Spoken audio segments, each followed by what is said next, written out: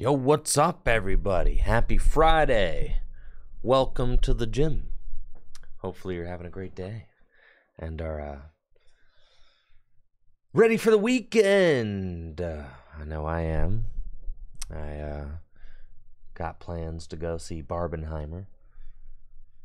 So, very excited about that. Who won the first sticker? It was me. I won last night's Gym Leader Challenge League night. I had a lot of fun playing. It was awesome. Played Darkness to, I think, few people's surprise. I just, I've been on kind of a Darkness kick lately in Gym Leader Challenge format, so amped about that. And it was a lot of fun. So, for Gym Leader Challenge League, I've been talking about it all week. If you've been following along, we got the clout board. Every time somebody wins, they get a badge. Well, if somebody wins for the next year, so for the next 52 weeks, right? If you win a Gym Leader Challenge League night, you earn a trainer card for your first win. And your trainer card will have a badge with the type that you won with on it. And then for each different type that you win with throughout the year, you earn a new badge, up to 10 badges, right? So,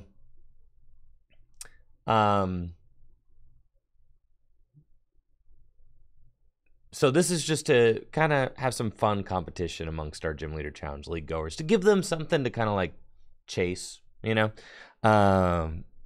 something to kind of be proud of. And if you get your your trainer card up on the clout board or up on the leaderboard, that's a big accomplishment. So, and players should be very proud of that. But we've got this little like Polaroid camera thing, right? Like the Instax camera. So, and Natalie was doing a really good job of this last night, right? You got these, the Instax camera, the Fujifilm, whatever. And she was going around taking pictures of our league goers, right? And it comes out with like the instant film, kind of like a Polaroid, right? She was taking pictures of some league goers and just pinning, just so that like random pictures of our league goers can be up on the leaderboard as well, just kind of like living there. Just as like fun, just fun, kind of like to give the league some personality. So like random pictures of players playing kind of can live on the Gym Leader Challenge bulletin board now.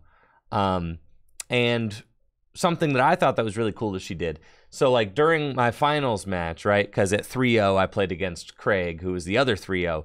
She took pictures of both of us playing, so that then whoever won was going to be the 4-0 and was going to get their trainer card, right? Posted on the bulletin board, so that then that way she had like a picture of both of the finalists playing, and then she could just take the person who won, she could take that photo and then put it on their trainer card, so that their trainer card, so it's not just like a cheesy like, you kind of have like an action photo, so to speak, of the players playing, right? And then those can live on the board. So I announced last night that I will be playing. I'm the one who created this competition, okay? But I'm also going to play because, listen, what's the point of... I want to play, all right? That's the whole point. I want to play. However,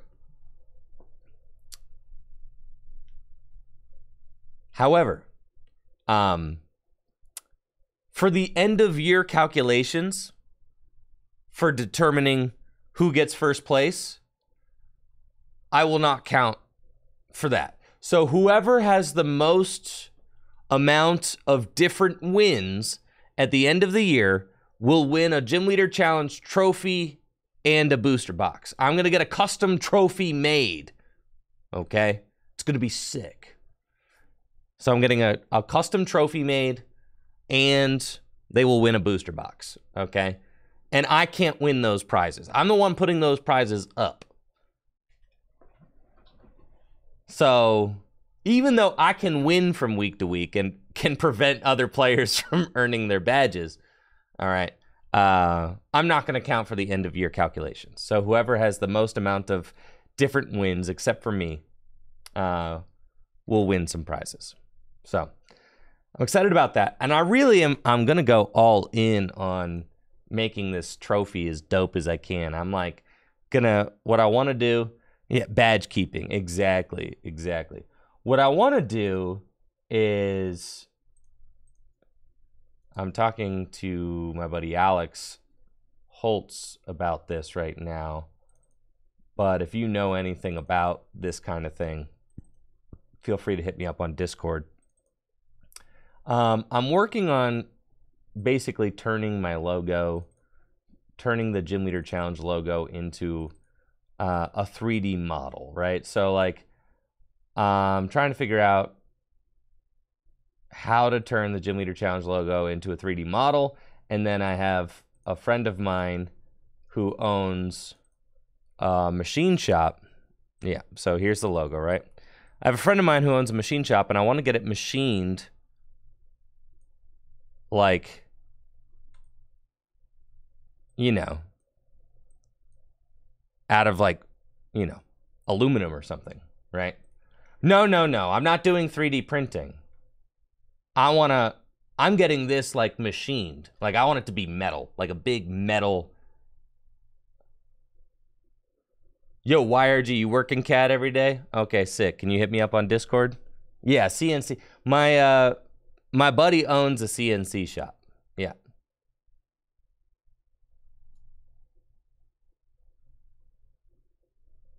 Yo, Reverse Hoopla, this is a great logo. You're capping right now. This logo rocks. What are you talking about? This thing looks sick.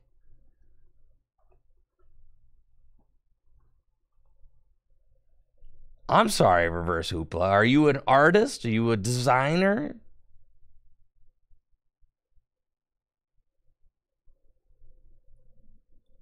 You know a thing or two? I'm getting one guide right now. I need to stop. Anyways, I'm turning this into a dope logo, okay? A dope, like, model thing. And I want to get it machined into, like, metal, and it's going to look sick. It's going to, like, be standalone, and that's going to be the trophy, right? Hoopla! Yes. I know.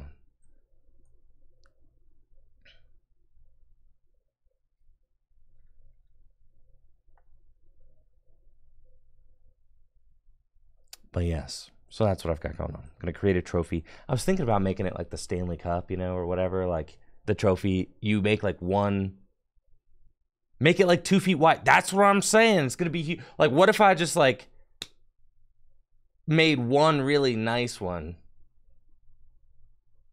and it got like passed around or something, you know? Or what if like, right, well, Reverse Hoopla, then maybe, you know, maybe you stay in your lane then, okay?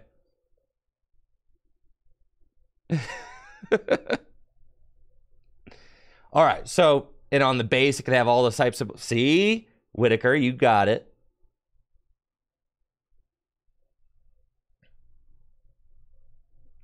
So, the thing is, I'm thinking about, like, going all in on, like, making a really nice one. But then, like, if I make, like, a very nice trophy, then I can't afford to, like, give it out every year. So then what I was thinking is maybe, like, maybe the winner's, like, name or trainer card can, like, live on the trophy on display at the shop for an entire year. And then the next year, you know, something like that. Or the winner's get engraved or, yeah, something like that. Yeah. Etch their name on it like the Stanley Cup. Engraving's not cheap. Well, it wouldn't maybe be engraved, you know, but like...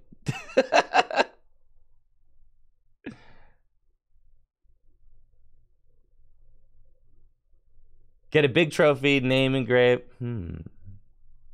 Be kind of sick, though. Brady, make a nice one for the first year for me, and then make a budget one after that.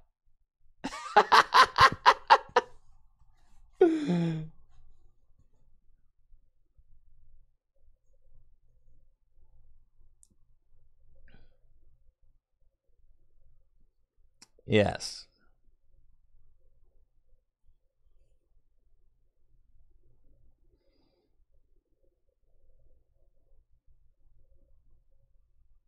Give them a nice plaque. Yeah, I like that idea. I think because I want to go all out and make like a real dope trophy, right? And then somehow like the winners can be acknowledged with the trophy, and the trophy can be on display and like in the shop, right? So that way everybody gets to see it. And I think that would be really insane. Like that would look dope, right? And then like a little like a plaque could be the handout or something like that.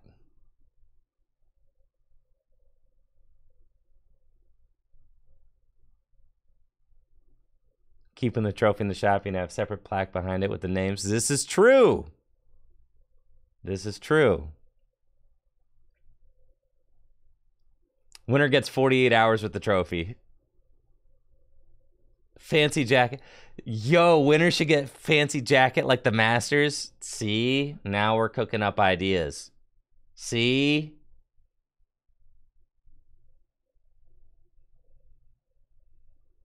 Most people that do a big trophy for display do plaques, medals, or baby trophies. All right. See? This is the kind of stuff that's... I could hand out a mini trophy, Craig, for sure. But I want to like also just like create something that's like the Stanley Cup. I want like a big metal like thing, right? Like I want like a Super Bowl trophy, you know, something.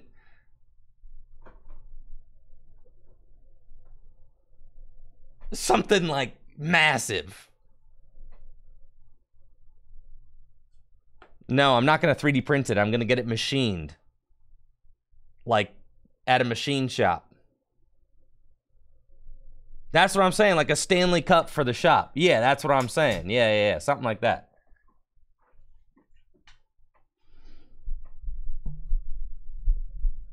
I mean, I have a GLC logo, but this would be so much...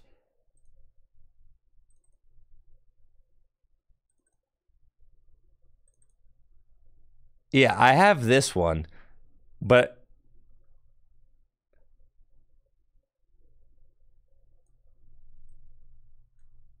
But this one would look so sick, though. You know? Well, that's what I'm thinking, Ben Morris. Instead of someone taking it home, add the winners' names each year. Yes. And you can get, like... Yeah.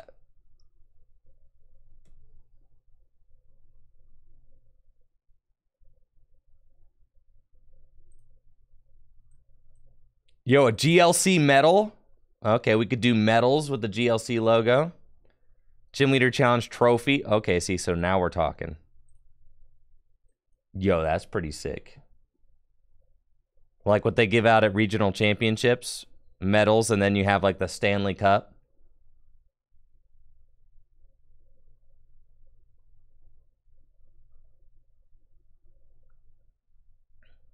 Yeah. See, so I've been cooking. I've been thinking. Thankfully, I have all year. Give them a ring, like Super Bowl rings. Okay, see?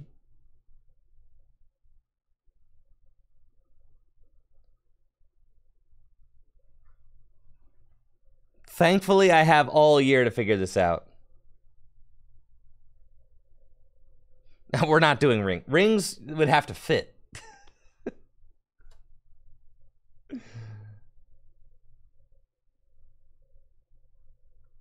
The size of Flavor, like Flava Flav's clock necklace, but clock chain.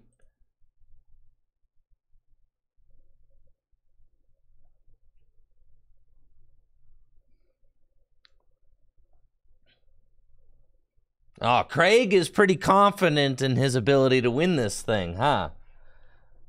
That's right. I like it, Craig. I like it. Craig is like, yeah, you'd have trouble sizing my fingers up, so, you know, you're going to have to get me something I can wear.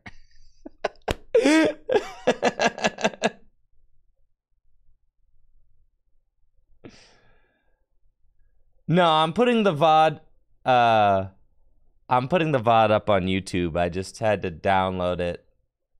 And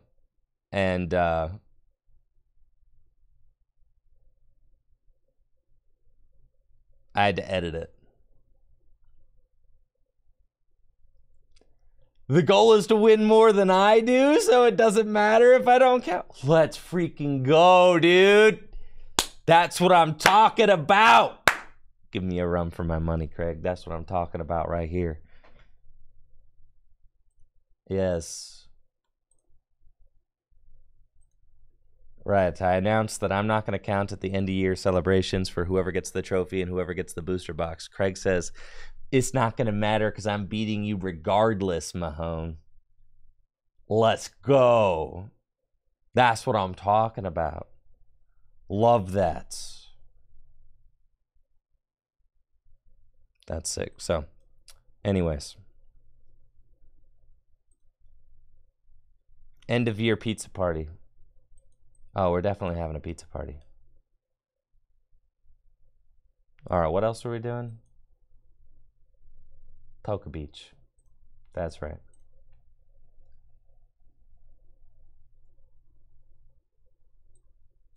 Skirt. Okay.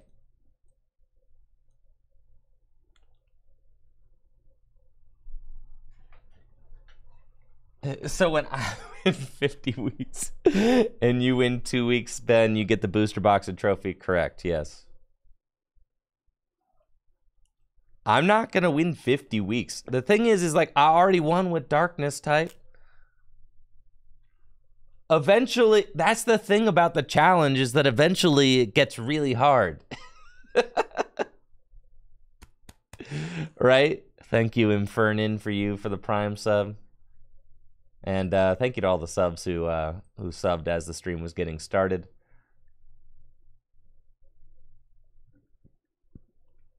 And for that gifted sub from Anonymous earlier, thank you.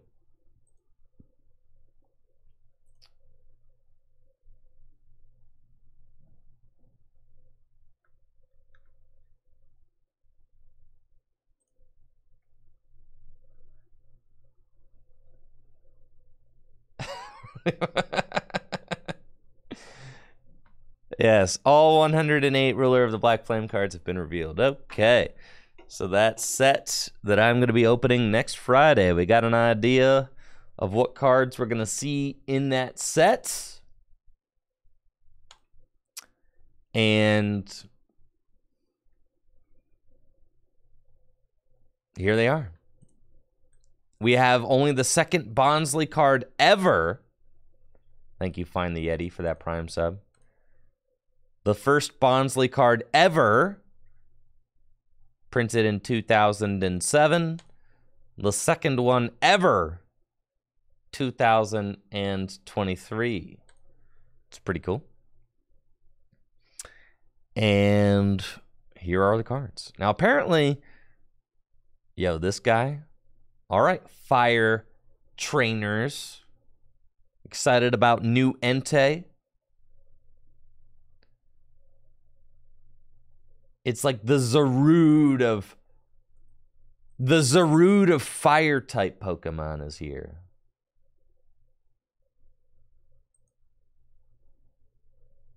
That's pretty cool. Wow, look at his tongue. I don't like that. 130 hit points, but it's got an ability that makes it take 20 less damage from attacks. That's pretty good. And it does 60 plus 20 more for each fire energy attached to it. If you've got Charizard in play, then that means that with 3 fire energy, you're doing 180 damage. Or with 2 fire energy, you're doing 140 damage, something like that. Yeah, 140 damage. And on top of all of that, the artwork is pretty. So that's nice. Yeah, we got to see the Palafin. This thing's nuts. All right, let's translations, please. Here we go. Let's do it. I mean, I guess it's time to just do a set review, isn't it? I mean, yeah. Like a proper set review for Obsidian Flames. Okay. Well, I guess I didn't realize that it was going to be set review day. But I'm down. Let's do it.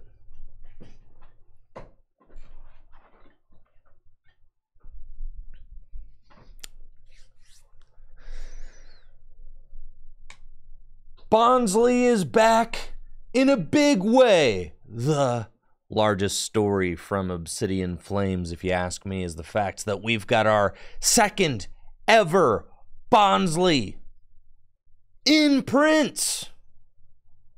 Bonsly fans going wild. Woo! The first ever Bonsly was printed in 2007, and honestly, doesn't make Bonsly look very brave or capable as a Pokemon. This new Bonsly looks equally lost or confused, but at least isn't totally, spreading on the Pokemon card. So that's nice. New Bonsly just dropped in. I think I speak for everybody when I say how excited we are about Bonsly's new Pokemon card. See, that's the intro right there. Boom.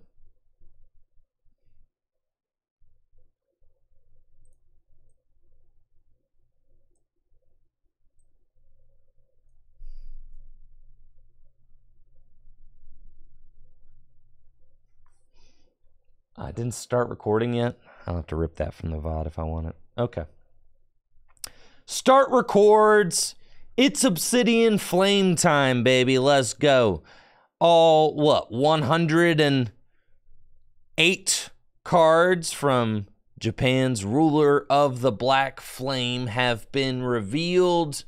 These cards are going to be part of our Obsidian Flame set. That's right. Obsidian Flames, right here. To my knowledge, this is one of the first times in Pokemon TCG history that we are getting our English set released at about the same time that a Japanese equivalent set is being released. In fact, our pre-releases start on the weekend of July 29th, and Ruler of the Black Flame releases in Japan on July 28th. So this is going to be a very exciting set for Pokemon fans all over the world, as these cards are being revealed in English and Japanese at right around the same time. Boom. All right, there we go. Okay. Well, let's go. It was pretty good.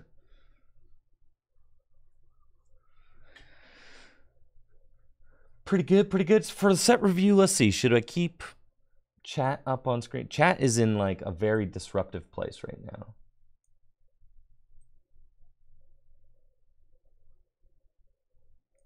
Chat is looking better like right there. It's a better place for chats. And then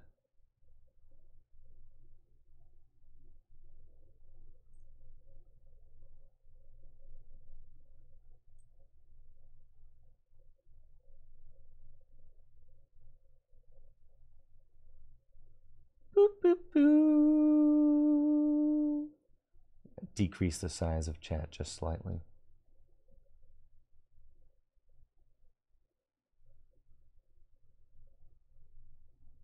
Almost there.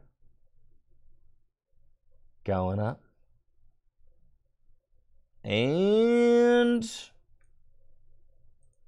that's good. Okay.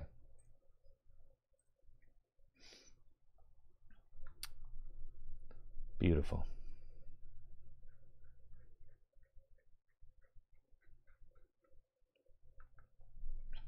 All right, I'm going to actually do the YouTube intro. Seriously, okay? For real. Real quick.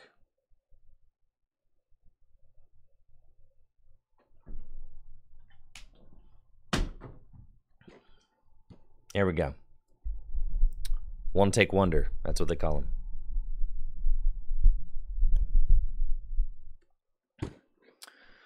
All 108 cards from Japan's Ruler of the Black Flame set have been officially revealed. And in today's video, I'm going to be going through the most competitive cards for standard format and Gym Leader Challenge format. Now, something that's really exciting about this set is that Japan's release of Ruler of the Black Flame and the international release of All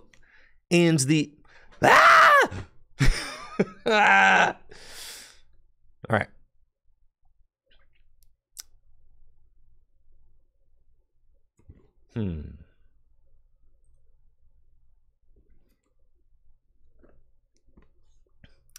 And Japan's release,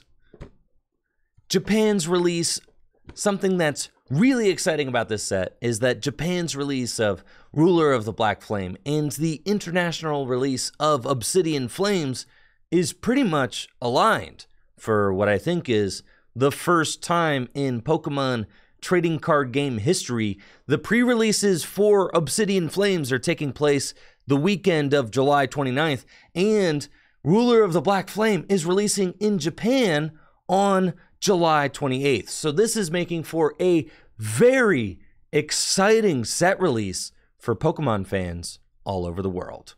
Now let's take a look at the best cards from Obsidian Flames. Cool. That'll do.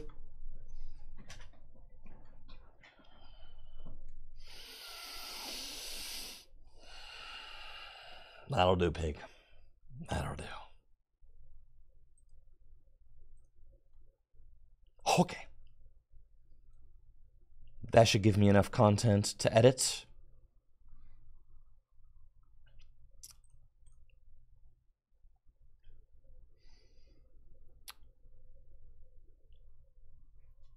I think I speak for Pokemon fans everywhere. I think I speak for everyone when I say that by far the most exciting thing about Obsidian Flames is the fact that we're getting a new Bonsly card. This is only the second Bonsly ever printed in Pokemon TCG history, and look how cute it is. My goodness, with the Pokemon Center in the back. This is a much more self-respecting pose for Bonsly than the original one that we got in 2007. Imagine this being the only Pokemon card you have captured at your worst, just totally knocked over and spread for everyone to see. This is the only Pokemon card Bonsly had from 2007 up until Obsidian Flames. And now we have a nice, cute Bonsly for everyone to enjoy.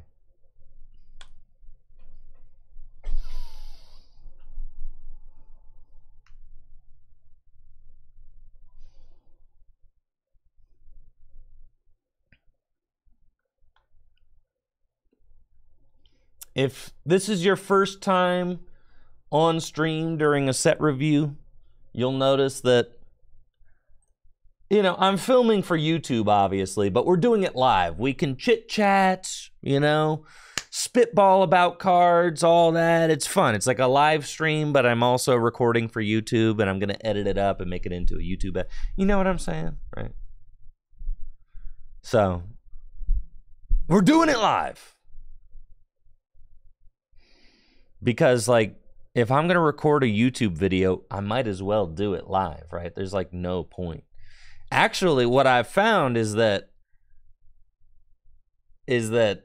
doing the set reviews, keep it PG, Whitaker. Come on. Making a YouTube video over here.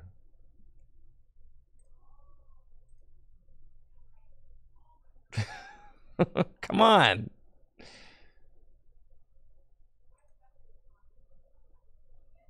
Clear comms. Thank you. I was trying to figure out how to delete a comment, but I don't know how to do it. I know I said spread, which is different than saying it's different. Gotta know where the line is and toe it. Okay? You can walk up to the line. Do you understand? It's all good. It's all good, Whitaker.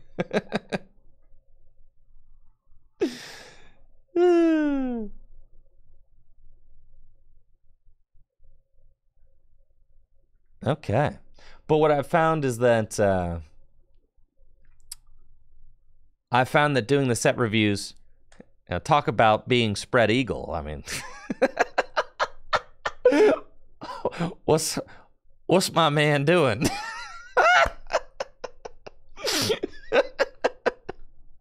Flamigo.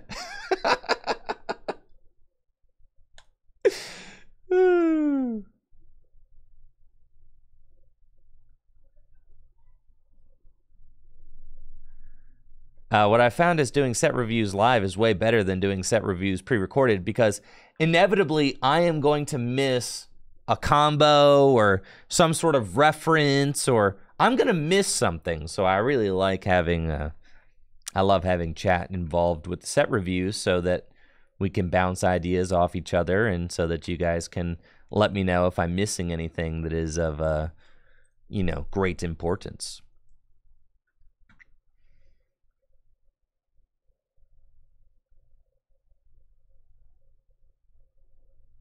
Cool. Let's begin. Ruler of the Black Flame main set card translations. Blossom. Blossom ain't it. Sorry, Blossom. Scyther ain't it. Shuckle. Shuckle ain't it. It's a very cute card, though. I do like that they are, the Shuckle is kind of looking at its reflection in the water. This is a very cute Shuckle. This is a top-tier Shuckle card. Beautiful. Combee. I just saw that we did get a Psychic-type Vespiquen EX. So that's pretty cool. All right. How should we do this here, huh?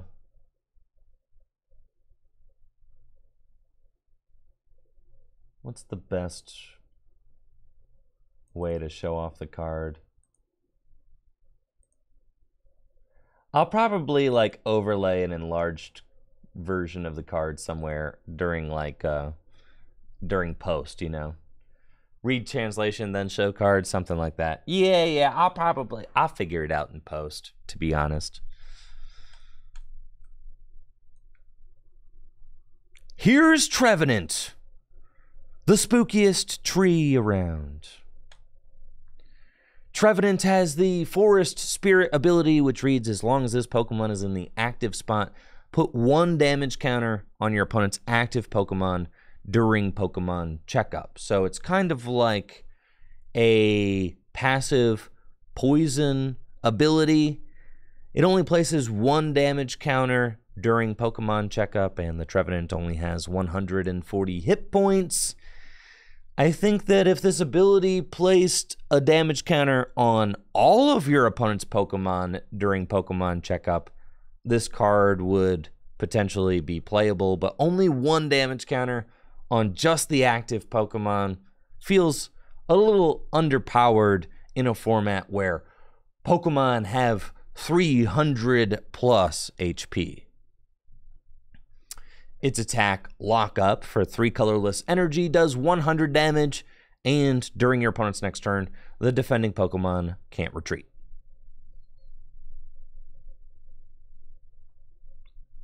Trevenant seems a little bit underpowered for Standard and Gym Leader Challenge. I don't really see Trevenant making a big splash, but it is a pretty neat ability.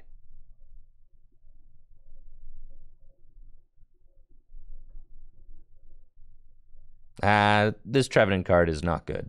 Sorry to break it to you. It's not. It's just bad. Scavillain.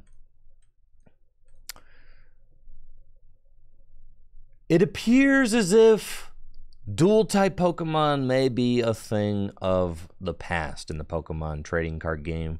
Now, all we get are Pokemon with a singular type that have a dual-type ability, like Scavillain here with the double-type ability that makes it both grass and fire type. So if Scavillain's ability were to be turned off, it would only be grass type. I do vastly prefer the old dual type Pokemon that had both types in the top right corner of the card and both types represented on the card's artwork. But for the last couple of blocks, it seems like we're only getting dual type Pokemon in the form of abilities. This Scavillain has the Spicy Headbutt attack for a grass and 2 colorless energy, does 110 damage, and the attack's damage is not affected by resistance. This card is not even close to good enough to be played in standard formats, but in Gym Leader Challenge format, grass decks could play Scavillain to hit for fire weakness, which is pretty neat. You could one-hit KO. You could easily one-hit KO other grass-type Pokemon or metal-type Pokemon like Caparaja with Scavillain hitting for fire damage.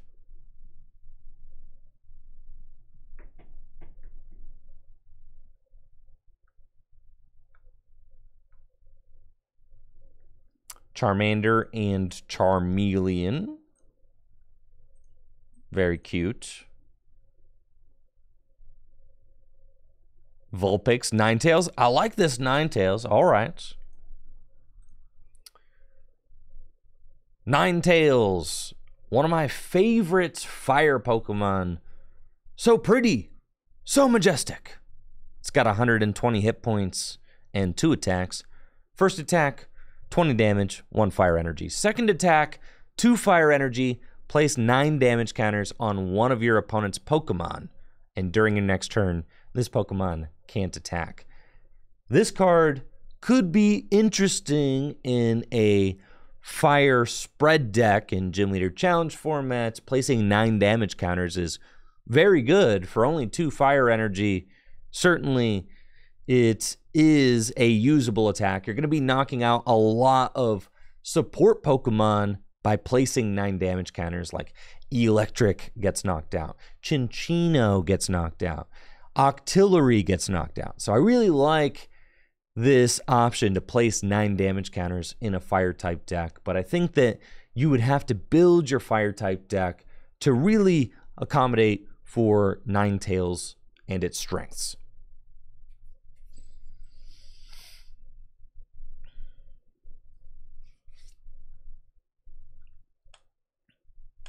Entei. Speaking of fire-type Gym Leader Challenge decks, fire-type decks finally got the big, beefy, basic attacker that they have been dreaming of. Entei has 130 HP and the ability Pressure, which makes it take 20 less damage from your opponent's attack, so long as it's it. Dang it. That's not what it is. I should just read it. Speaking of fire-type Gym Leader Challenge decks, Fire finally has the big, beefy, basic attacker that it has always wanted. Entei has 130 hit points and the Pressure ability, which reads, as long as this Pokemon is in the active spot, your opponent's active Pokemon's attacks do 20 less damage. So it effectively has 150 hit points. And what's cool about the way this ability reads is that if your opponent is doing spread damage to your bench, Entei also protects those bench Pokemon from incoming damage. And then its attack, Blaze Ball, does 50 damage plus 20 more damage for each fire energy attached to this Pokemon. So if you have 3 fire energy, that's 100. Why is there a typo? You know, thank you, Keen, for the 21 months. I was going to say, I'm pretty sure it's 60 plus. He'll read whatever you put on the teleprompter. Don't you know that? All right. Entei's attack, Blaze Ball, does 60 damage plus 20 more damage for each fire energy attached to this Pokemon. So if you have 3 fire energy on Entei, it's doing 120 damage. But what's really cool about this card is that you... Give me a second here.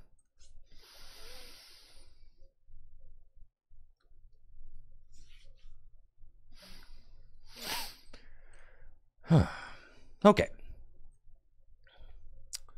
Entei's attack, Blaze Ball, does 60 damage plus 20 more damage for each fire energy attached to this Pokemon. One more time. Entei's attack, Blaze Ball, does 60 damage plus 20 more damage for each fire energy attached to this Pokemon. And... please. Entei's attack, Blaze Ball, does 60... Now you guys are seeing how this is torture. Being a YouTuber is torture, okay? I just want you all to know that. Thank you, Murford, for the Prime sub. It's torture, all right? You're getting to see everything just in plain sight. It's not fun. Except for when it is.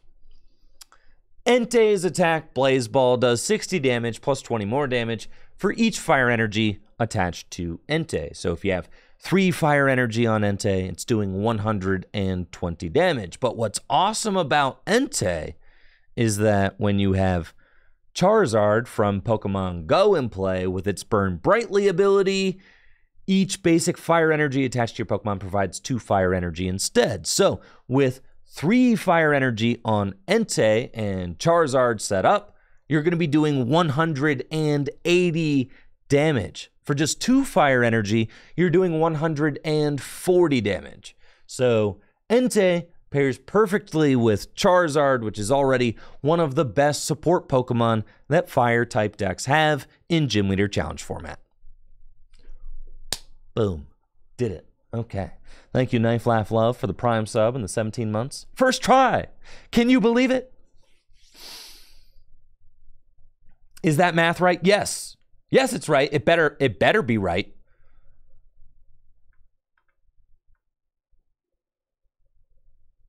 Because it's the same math as Zarude. What's funny...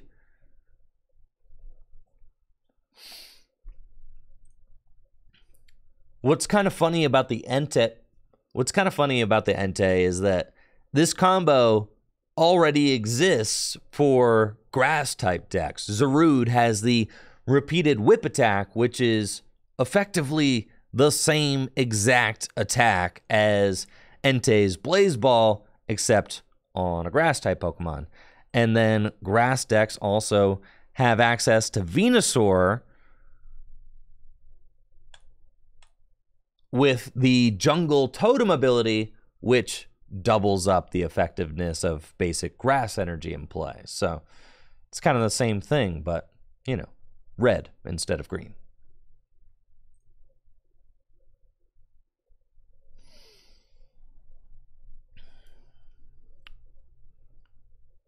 Darumaka, Darmanitan. It's not...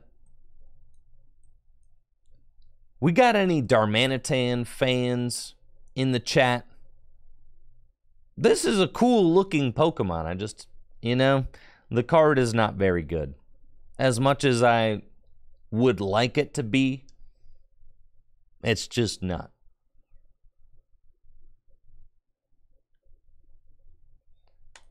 Right, damage counter punch, 60 plus 60 if it has any damage counters on it. You have to get a damage counter on it just to do 120 damage for 3. 140 damage for 4. On a stage 1. You know who they should make like a really, really good Pokemon card for? Simisear. They should make like a hyper competitive Simisear. Why don't they do that?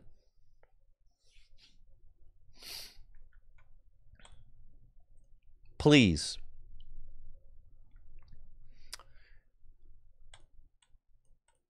New Anteater, Heatmore.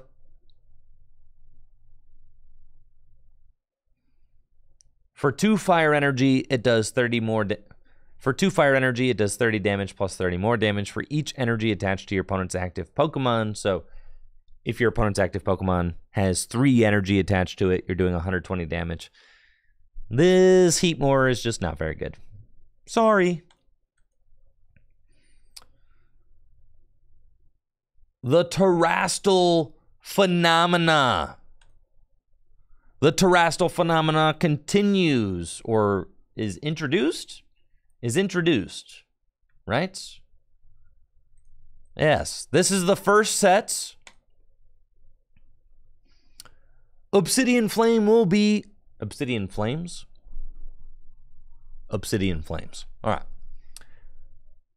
Obsidian Flames will be the first set where the Terastal Phenomenon is actually represented by a Pokemon changing type in the Pokemon TCG. And here we have Eiscue EX. Eiscue EX has 210 hit points and the Terra trait, which makes it prevent all damage done to it by attacks from your opponent's Pokemon. Man. All right. Obsidian Flames will be the first set where the Terastal Phenomenon is represented in the Pokemon TCG by Pokemon that have different types than their usual types, as we can see right here with Eiscue EX, which is a Fire-type Pokemon. It's got 210 hit points and the Terra trait, which prevents damage done to it while it's on the bench. Still haven't changed or updated that.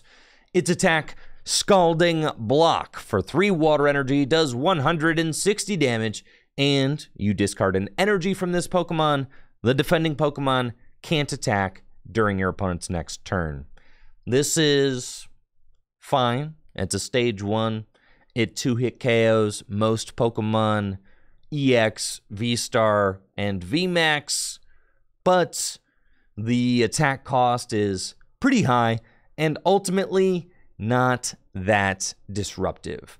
Cards like Flying Pikachu VMAX are just better since they protect the actual Pokemon that's attacking instead of placing the effect on the defending Pokemon. By placing the effect on the defending Pokemon, it's very easy for the opponent to play around that effect since they can just switch their Pokemon to the bench and then bring it back into the active spot to remove the effect. If you place the effect on your Pokemon, then your opponent has to switch your Pokemon out of the active spot and then bring it back into the active spot, which is much more difficult to do. So, all in all, I don't think that Eiscue EX is very good. Did I say it's a stage 1?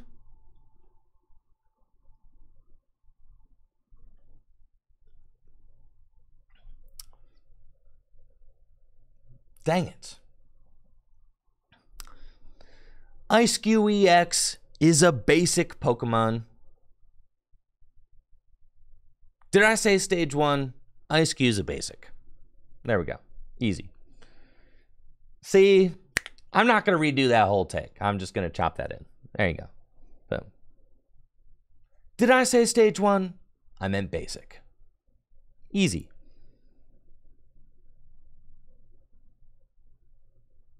Leave it in so you get more comments on the YouTube vid. Pointing out the mistake. Love that. See, this is why I have to do this stuff live, because I be, you know, dang. It's so easy to miss stuff. I always thought Ice Cube was a stage 1, but I guess it is a basic. This card still stinks. Sharpedo. Gnar.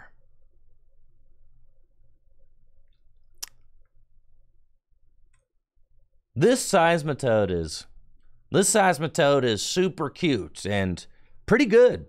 It's a 170 hit point stage 2 Pokemon with the Quaking Area ability, which reads, as long as this Pokemon is in the active spot, your opponent's active Pokemon's attacks cost 1 colorless more. So it's disruptive and makes it more difficult for the opponent to attack, and it's got 170 hit points, which is naturally pretty bulky for a stage 2 Pokemon in Gym Leader Challenge format. Its attack, Echoed Voice, does 120 damage for 2 water energy, and during your next turn, this Pokemon's Echoed Voice attack does 100 more damage.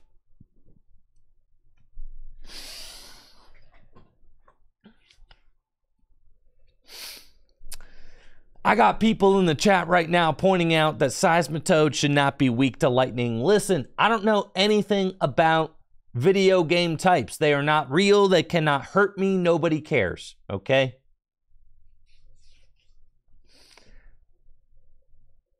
This Seismitoad's water type. You're telling me that it's part ground? I've never heard of ground type. There's no such thing. There is no such thing as ground type Pokemon.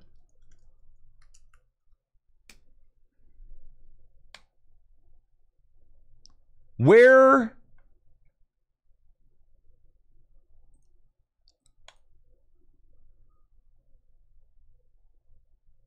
hold on.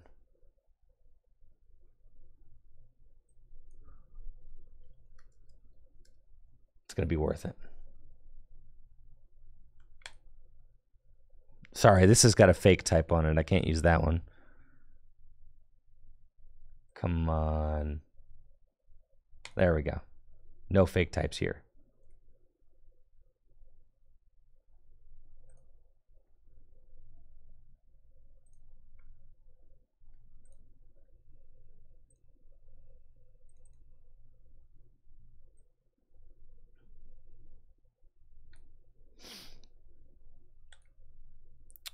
Where do you see ground type Pokemon?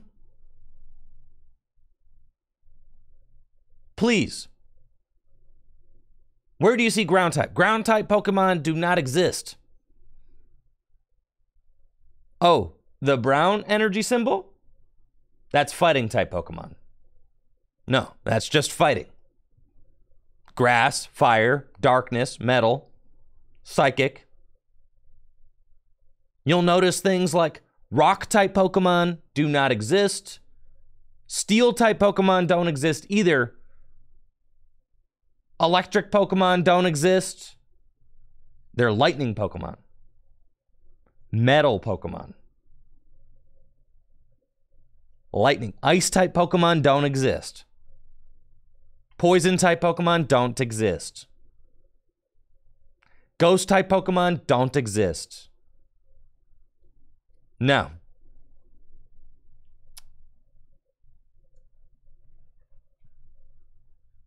Bug type Pokemon, flying type Pokemon, normal type Pokemon don't exist. No. They literally don't exist.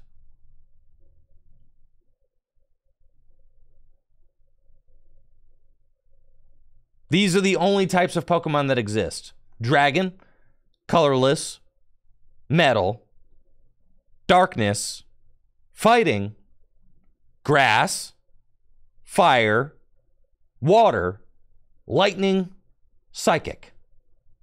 That's it.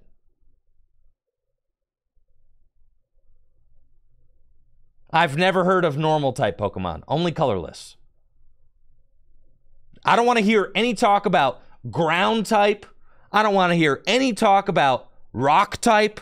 I don't want to hear any talk about ice type, okay? These types do not exist. Understand? These 10 types are the only types that exist.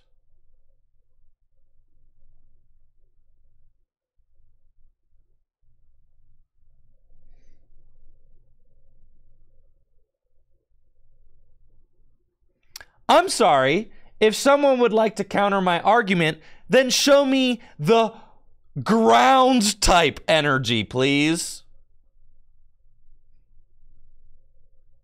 Somebody show me, please. Show me the ground type energy.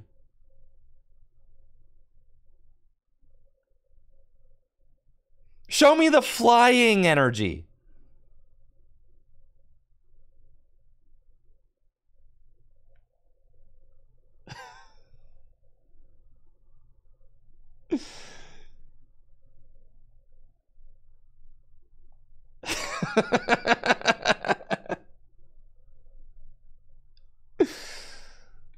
Listen, I'm a TCG purist. In my mind, the TCG is the only part of the Pokemon franchise that matters.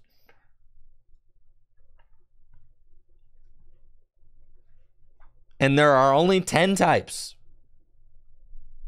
You got it? 10. Do you understand?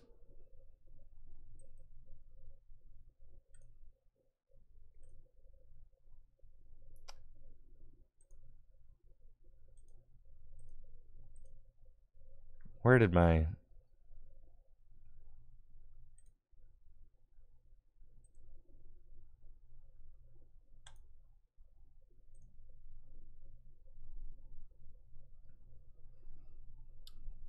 Poor desktop arrangement. No, my desktop is organized exactly the way I want it to be organized.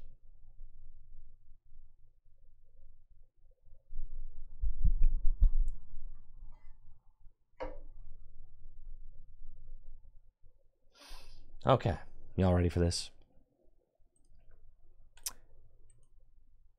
Yeah, so Seismitoad is weak to lightning. I don't want to hear any more about it, okay? There's no such thing as ground-type Pokemon. It's just a myth. Seismitoad's water. It's weak to lightning. What's wrong with that? Never heard of ground-type Pokemon. Fighting, maybe. But no, ground? What's that? Seismitoad has the Quaking Area ability, which reads, as long as this Pokemon is in the active spot, your opponent's active Pokemon's attacks cost 1 colorless more, making Seismitoad pretty difficult to knock out for a Stage 2 Pokemon since it's disruptive and it has 170 hit points. Its attack, Echoed Voice, costs 2 water energy and does 120 damage, which is a great amount of damage output. But during your next turn, this Pokemon's Echoed Voice attack does 100 more damage. So if you use Echoed Voice for 120, the next turn, so long as Seismitoad doesn't move to your bench or anything like that to reset the effect, it's going to be doing 220 damage, which is absolutely amazing. I think that Seismitoad would go really well in a Water-type Gym Leader Challenge deck that doesn't play Rain Dance Pokemon like Baxcalibur,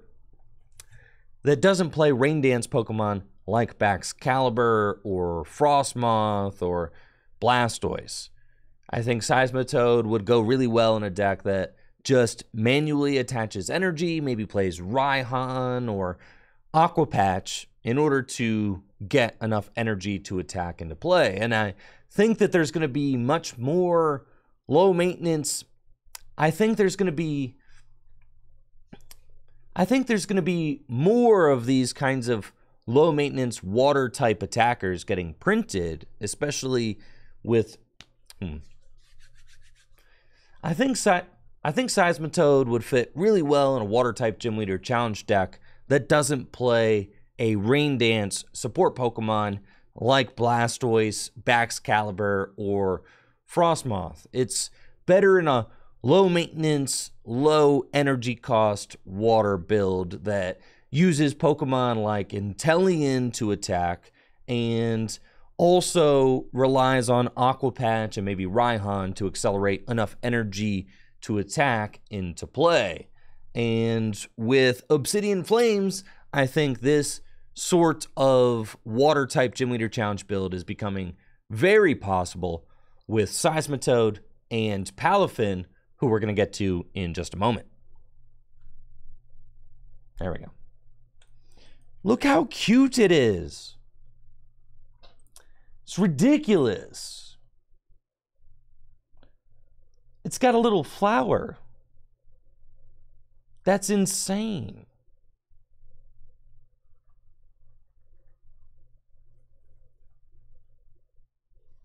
Yes, Mini Meow Meow. If the opponent gusts around the Seismitoad, it loses its buff. Yes. It doesn't stack. No, it's 100, then 220, 220, 220, 220. Yes. Which is still insane. I mean, in Gym Leader Challenge, if you're doing 220, then you're knocking out everything in the format. Everything.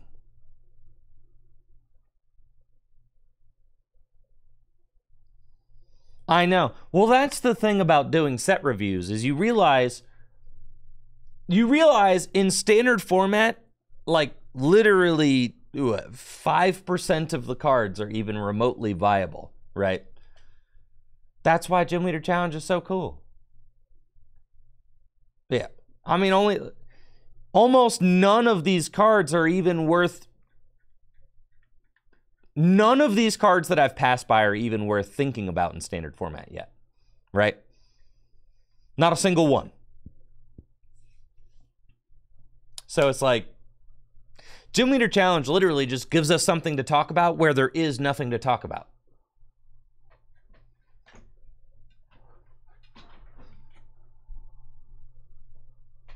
Which is fun. Who doesn't like that?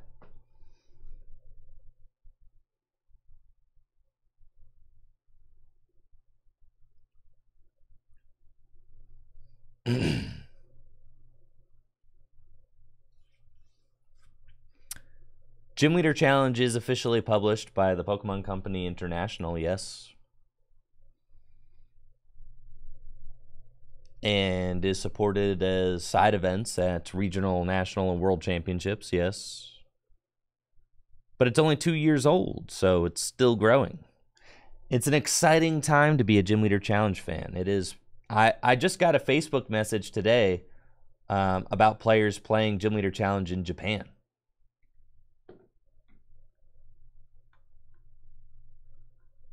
I mean, the word official can, I mean, no, is it supported at regional championships for points? No, but it's as official of an alternative format as there are. You know, thank you 9Sketch9 for the sub and the 30 months. Yay plays GLC in Brazil. That's what's up. I know Brazil's got a big Gym Leader Challenge scene, from what I've heard. It's exciting.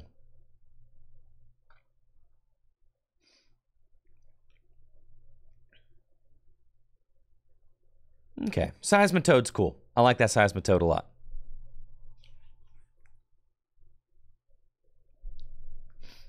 Cryogonal, nar. But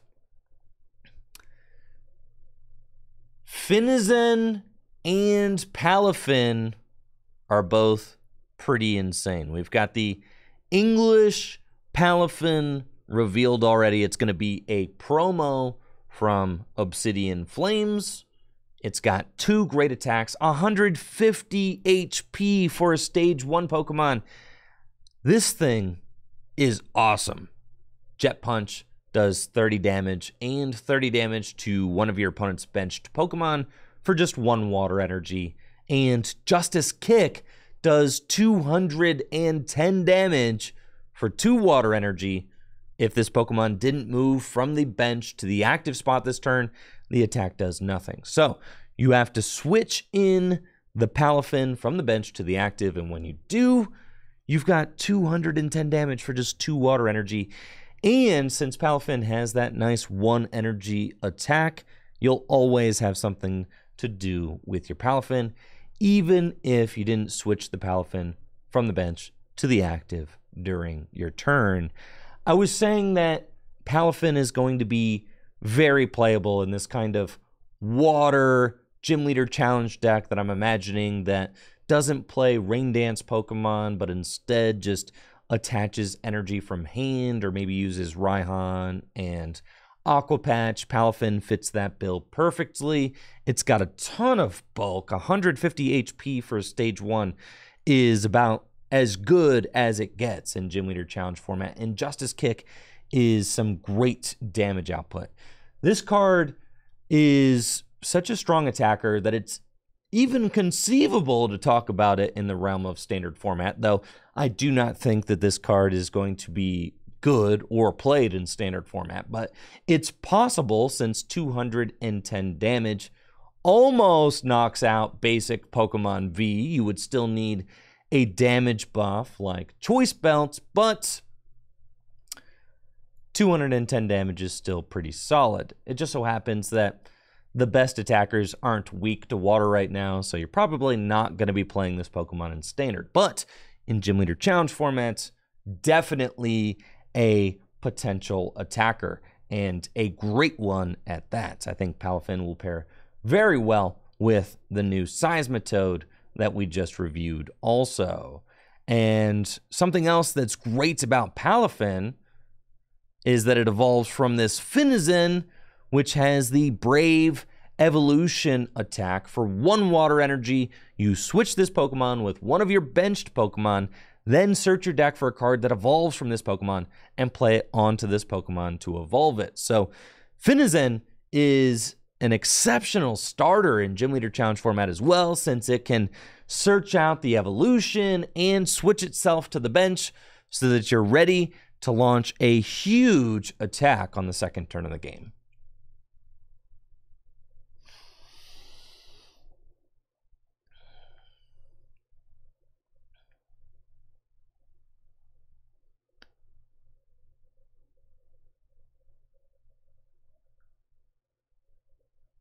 Love that. All right, any other notes? Pretty sure we got that.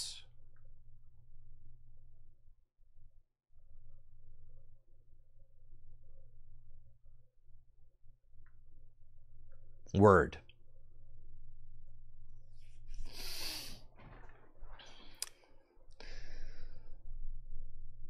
Next up, we've got a very yellow Tyranitar EX. 340 hit points. It's lightning type, recalling the old Tyranitar EX.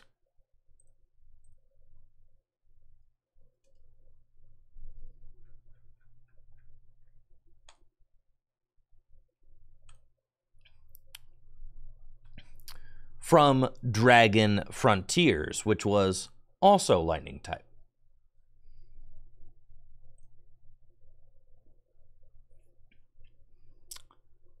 Tyranitar EX has 2 attacks. Its first attack, Mountain Crumble, does 120 damage, and you have to discard the top 2 cards of your deck.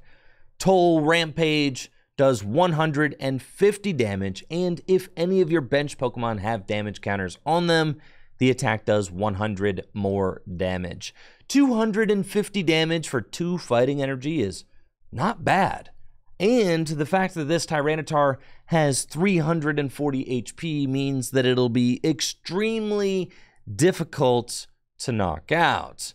And with the card also boasting a nice 1 energy attack, you could get into using some Cheryl shenanigans where Tyranitar EX tanks a hit, and then you use Cheryl to heal all the damage off and continue swinging.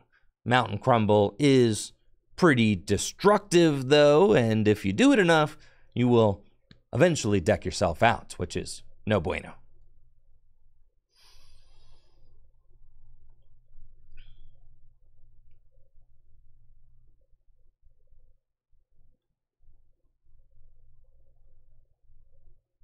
Electric. It's electric. Electros. I think that this Electros is stinky. It's not good. As far as Electros go,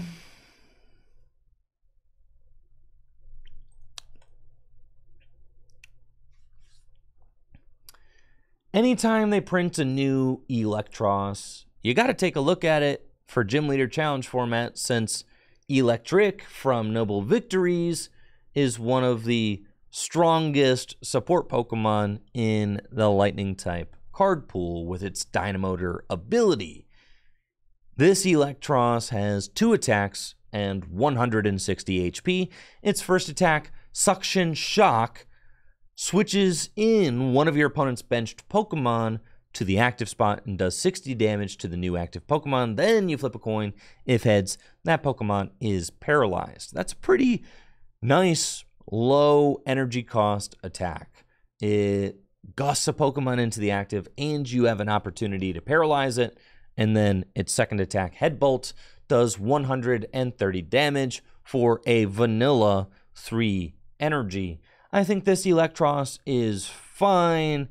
Having the option to drag and paralyze is pretty neat, but I think that there are a lot of other really competitive Electros out there, specifically this one from Lost Origin, which does 160 damage for 2. I think that this one from Obsidian Flames is pretty good and could see play, but I still prefer this one from Lost Origin.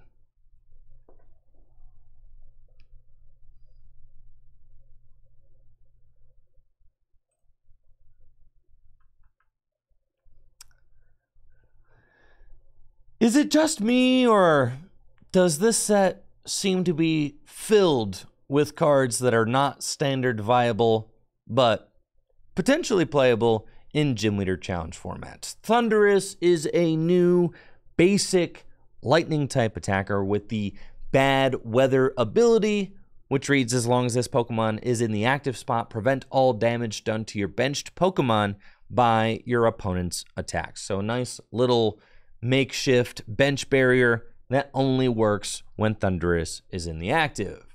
Its attack, Gigantobolt, does 140 damage for 2 lightning energy, and this Pokemon does 90 damage to itself. This is great damage output for a basic lightning type attacker. Not a lot of basic lightning Pokemon can do 140 base damage, and by not a lot, I mean like 0. With a muscle band attached, Thundurus is doing 160 damage. With an Electro Power, you can get up to 190 damage. So definitely great numbers for a low energy cost attack, but then there is the downside that it does 90 damage to itself. You can get around that with cards like Protection Cube, or what I think is probably the best bet is to pair Thundurus with Scoop Up Net so that you can attack with Thundurus, do 90 damage to yourself. You could attack with Thundurus, do 90 damage to yourself, and then potentially play Scoop Up Net to heal the Thundurus, put it back down, Dynamotor energy to it, and swing again. Now, for anybody in the chat who is thinking, well, technically, Andrew, there are some basic lightning Pokemon that can do over 140 damage. Sure. But not for this little amount of energy. And that's what makes Thundurus so good, is the fact that it's doing over 130 base damage for less than 3 energy, making it a very fast and low maintenance attacker. If you go first playing lightning, you get a basic lightning on Thundurus turn 2, another energy attachment, and you're knocking out almost anything that's going to be on the board turn 2, which is exactly what lightning type Gym Leader Challenge decks want to be doing. They want to be fast and aggressive. They don't care about how many HP they have. They are pretty much all very squishy. That's their thing. So Thunderous dealing 90 damage to itself doesn't really bother me since your lightning type attackers are getting knocked out just about every turn anyways.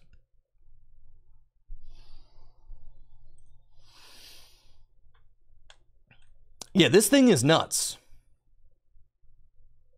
The only question I have is, like, where am I going to put it?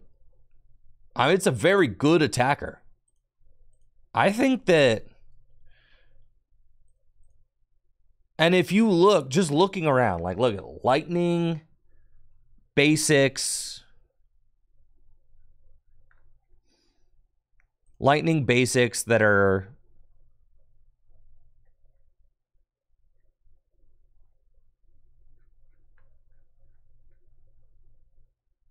uncommon, rare, rare, hollow.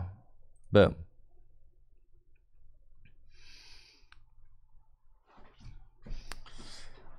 I mean, if we take a look at other basic lightning type Pokemon, just to compare damage output, there's not a lot of other options for dealing that much damage for that little amount of energy.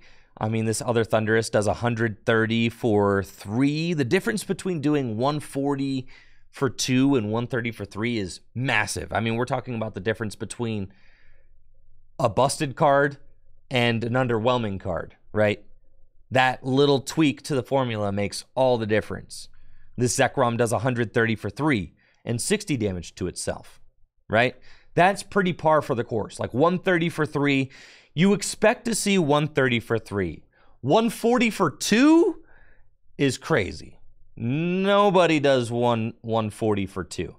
It's one of the first times I've ever seen that. So that's really, really good. Thunderous Assault can do 80 for 1, and Zapdos is one of the most, one of the most prominent attackers in lightning type decks. Thank you, JB Gamble, for the Prime sub in the 49 months. Sure, I mean, like, Zapdos is a basic attacker that does 170 for 4, and it discards all that, so it's, like, unplayable, right? You're never going to play that.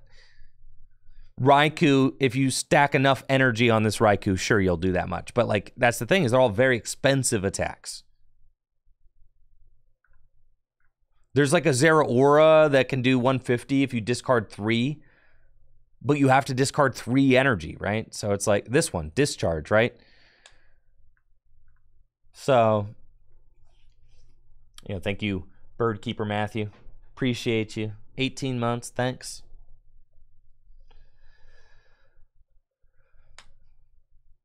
Right. So that Thundurus is really, really strong. I mean, that is just some great damage output. Yeah, you got the small thing about dealing 90 damage to yourself, but, like, whatever. Palmont, true, but Palmont's a stage 2.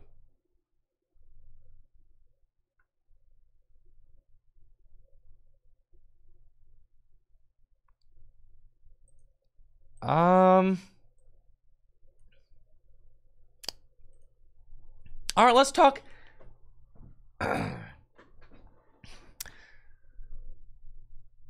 I know you've been watching this video and you're like, dang, Mahone, all you talk about is Gym Leader Challenge format. Well, no, because this Toxtricity is actually really bad in Gym Leader Challenge format because its Mix Loud attack does 50 damage plus 30 more damage for each different type of Pokemon on your bench. So that's not good. However, in standard format, you could play this Toxtricity in a Zoroark Counterbox deck and power it up with Reversal Energy. And if you have 5 different types of Pokemon on your bench, then you'll deal 200 damage for just 1 Reversal Energy and hit for Lightning Weakness. So this card could be played in Zoroark Stage 1 Toolbox decks in standard format. Thank you, Mighty Mo, for the Prime sub in the 2 months. Thank you.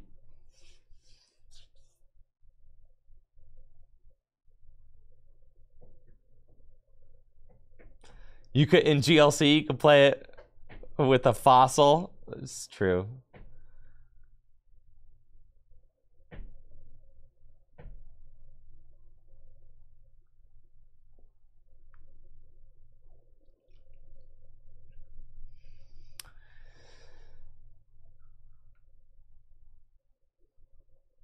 All right.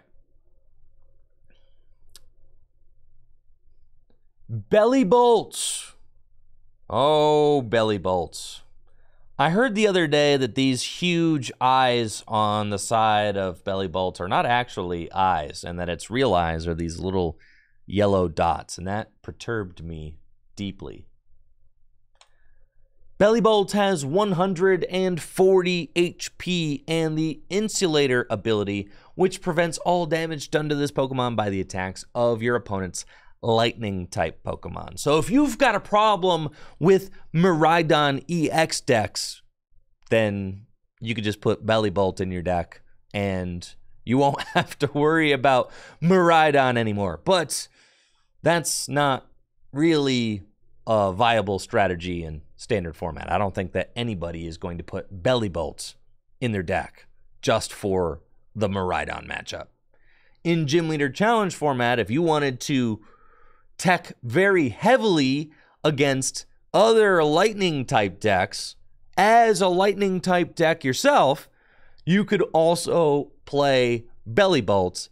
And if you get Belly Bolts into play, then your opponent won't be able to knock it out if they're playing Lightning unless they use Canceling Cologne or Hex Maniac. So what does Belly Bolt actually do?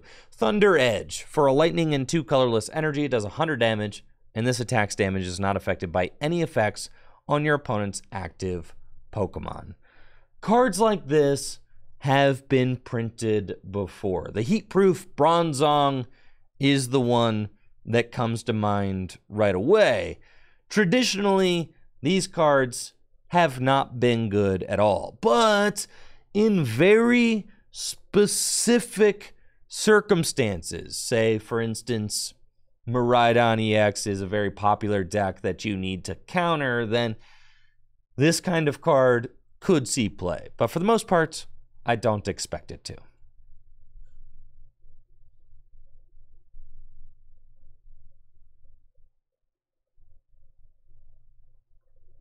What happens in the Belly Bolt mirror? Right, because it goes through all effects?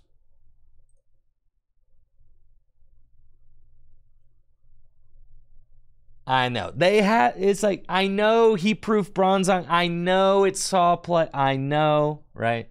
I know.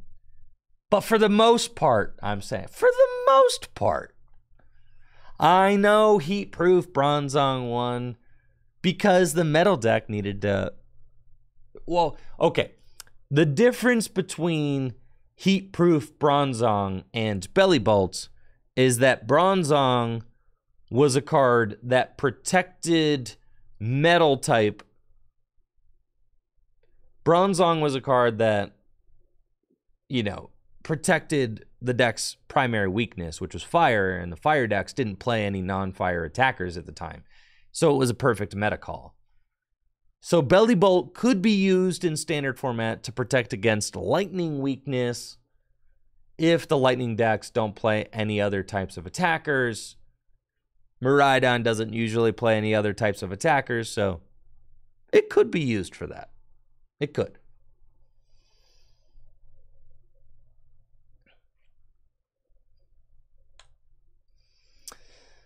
This new Cleffa is so stinking cute.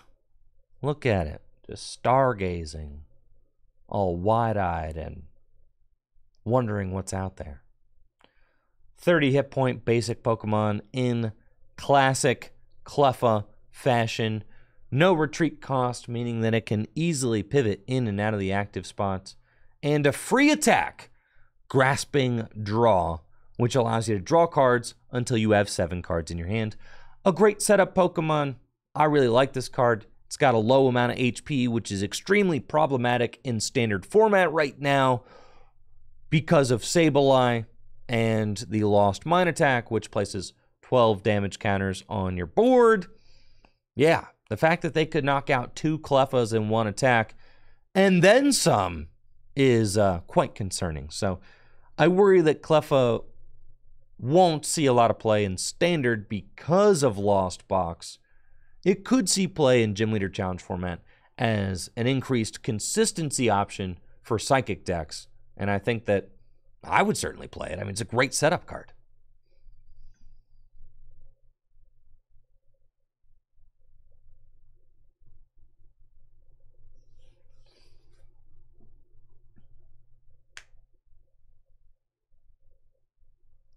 Worth playing Spirit Mask? Isn't Spirit Mask just for Pokemon V?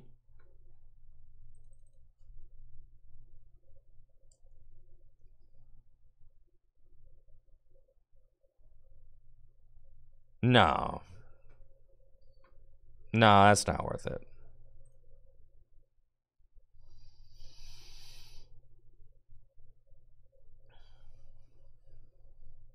Thornton Cleffa. I mean, the thing is that you'd have to play a deck that you were like really...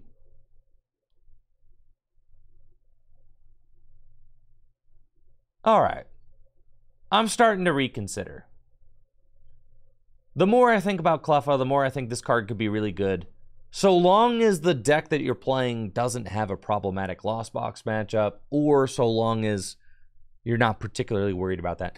I'm thinking mostly about like Gardevoir EX. I think that Cleffa could be played in Gardevoir EX. It's like you just play one, and it's like some games you'll retreat into Mew from Celebrations, right, to help set up, and some games you'll retreat into Cleffa to help set up. This card's nuts, actually. Yeah, this card's really good. It's still got Sableye problems, but it's a good card. Yeah.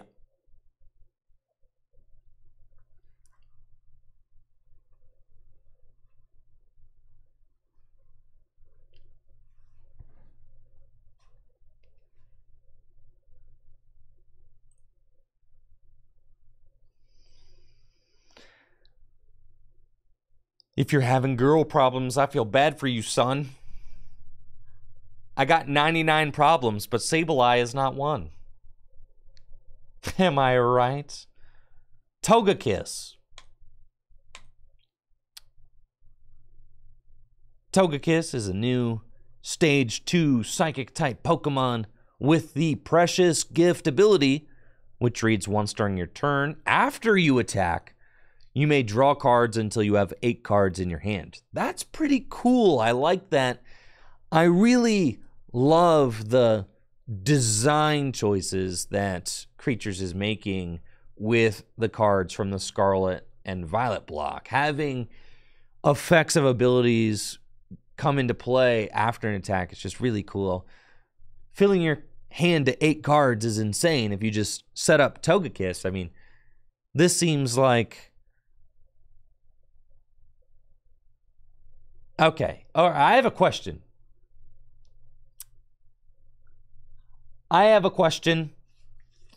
Does this work if you pass?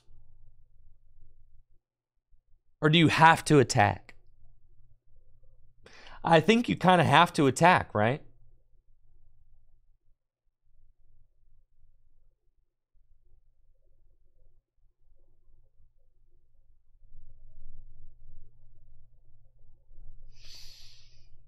Does Radiant Venusaur read the same way?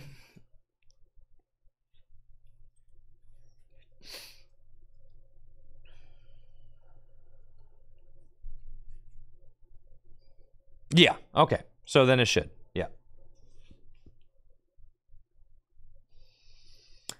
I know. Pokemon just needs to have a main phase and a second main phase, bro. They need to... Come on. We're getting there. We got to have an end phase, a main phase, second main phase. We're almost there. All right. But because there is no, it's like you have during Pokemon Checkup, but thank you, Noah, for the Prime sub and the 23 months.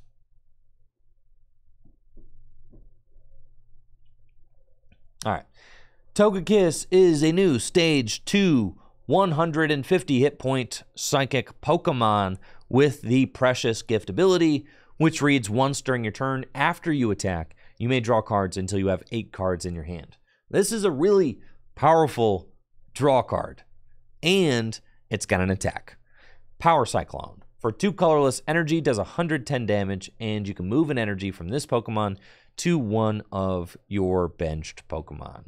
This is a really cool card because it's kind of like the one card draw engine. All you need to do is have one Togekiss set up, and you get to fill your hand to 8 cards every single turn at the end of your turn. But that's okay because you'll get to play the cards from your hand, and then, you know, if your opponent doesn't play Judge or Iono you to a low hand size, then you'll get to start the next turn with 9 cards in your hand after the top deck, which is just incredibly explosive.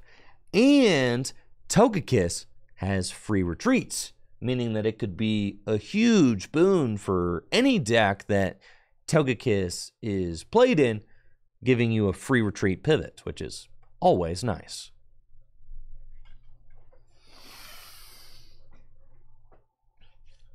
The thing about Blue's tactics is that had to be a supporter you play from your hand. Thank you, Penguin Dad, for the Prime sub. Yeah. In this one, you still get to attack. Yeah, it doesn't like end your turn or anything like that. Right. This cool card. This is a cool card for sure. It's a cool card. This is a very robust draw card. That's why I didn't say Standard or Gym Leader Challenge, because this could be played in both formats 100%.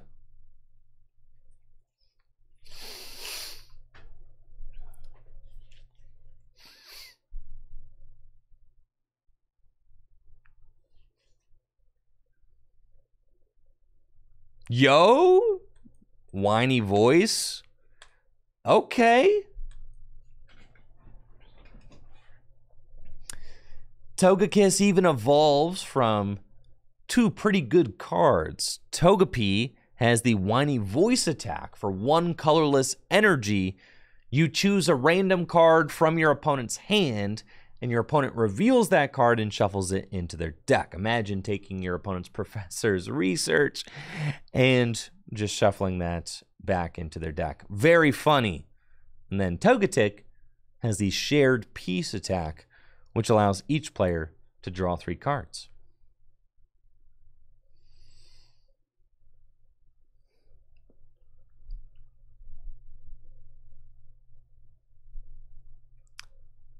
Prevent all effects of your opponent's stadium cards done to your Pokemon. Okay. All right.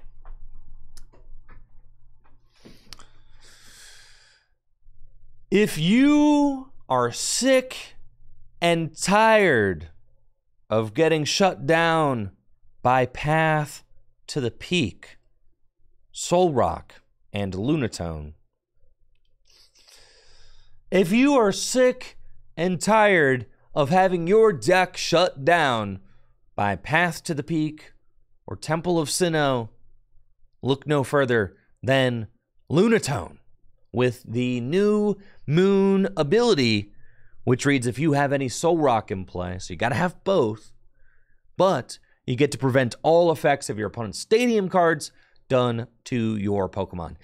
This is really cool because this calls back to the very first EX era where you had Pokemon like this that countered very specific game actions with their Pokemon powers. And I love that they're bringing this kind of design style back to the Pokemon TCG. You will have to use up 2 bench spots in order to have your path counter in play, but it's a very strong effect and could be useful for the right kind of deck.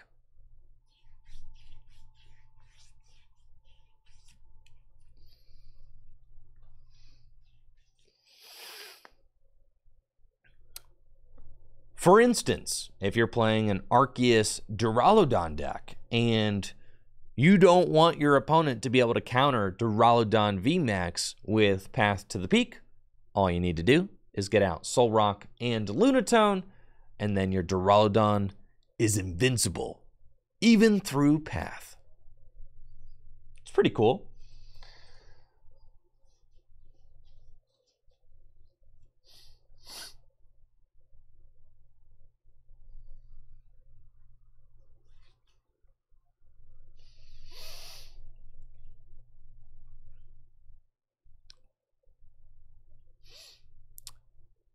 And then on top of that, Solrock is really good. It's got 90 HP and the Call for Family attack, which searches your deck for up to 2 basic Pokemon and puts them onto your bench. Claydol, Kaboomdoll. This Claydol is not very good, okay? These kinds of attacks in the history of the Pokemon TCG have almost never been good. There exists a combination in Standard right now that Twitch chatters keep insisting that I try with Alolan Raticate and Clodsire EX. So you inflict poison, Alolan Raticate brings the defending Pokemon's HP down to 10, and then you got, boom, an instant KO. All right? It's silly. It's too silly to be competitively viable in the Pokemon TCG. And the same goes for you, Claydol, okay? Inconsistent, not gonna work. You knock yourself out. It's just not worth it. It's not worth it, okay?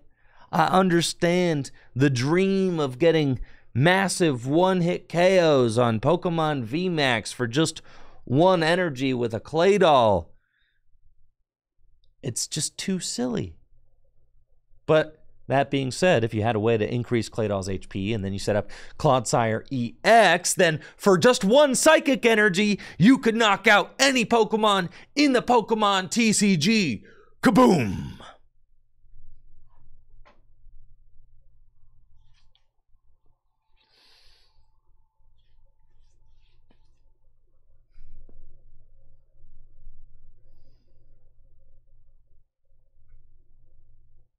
You play it with a new Trevenant? No, Trevenant has to be in the active spot. That's horrible. So does Claydol. Oh, you blow up Claydol and then... No, no, no.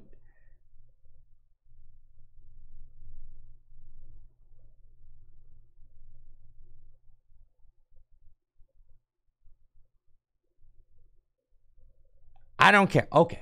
Sure, maybe you could play Claydol with the new Trevenant. You knock out the Claydol. You promote the Trevenant. Nah, it's horrible. You're still knocking out yourself every time. And then you're also giving up 2 Pokemon because you're going to knock out the Claydol. Then you're going to send up Trevenant. Then Trevenant's inevitably going to get knocked out too. And then what? You have to have a new Claydol and a new Trevenant? It's not going to work. Stop trying to make it work. Don't you know that your actions have consequences? Your fantasies can never be quenched.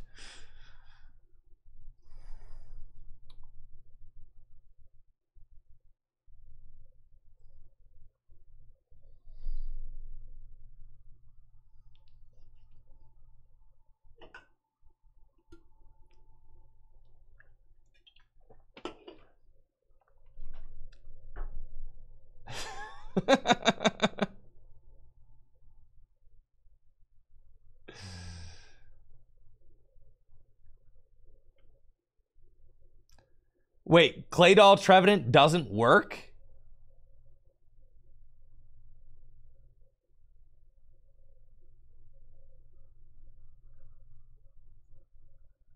What's the Trevenant do?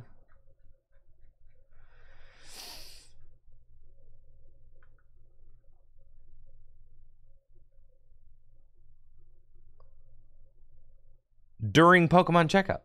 Yeah, it would work.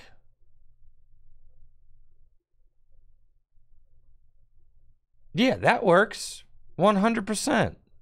Yeah, you blow it up, you promote the Trevenant. No, it works. You check for knockouts before Pokemon Checkup. And you have to promote before Pokemon Checkup. Yeah. Yeah, it works. Another thing is that this thing has a retreat cost of 3.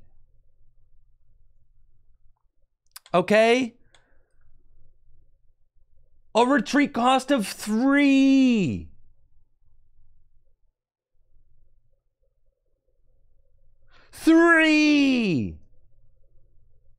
Do you think that Floatstone exists?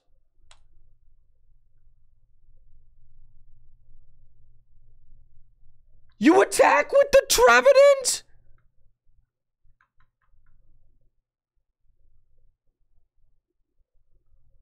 No!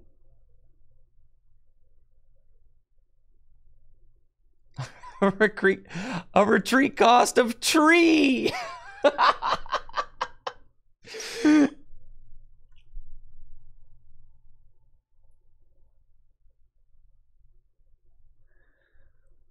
You're better off trying to keep this thing alive somehow. Okay?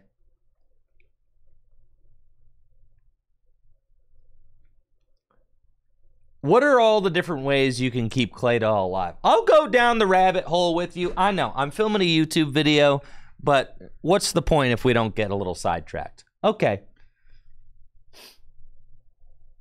No, Pod Helmet doesn't work.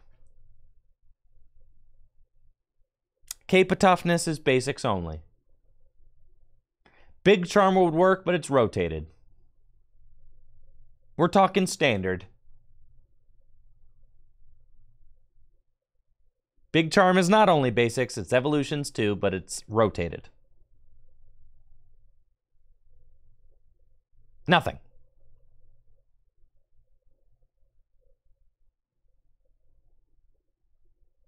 Isn't there a, yeah, the stadium, what's the, is it training?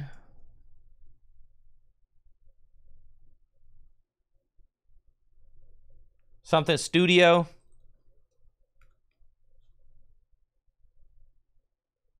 Nope, that's not it. That's damage dealt, yeah.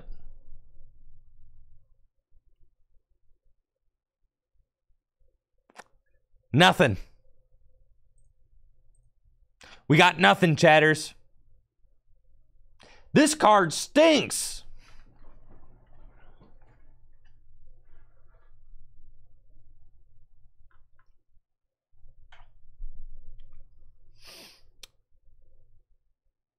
We got a new Psychic type Vespiquen EX. 270 hit points.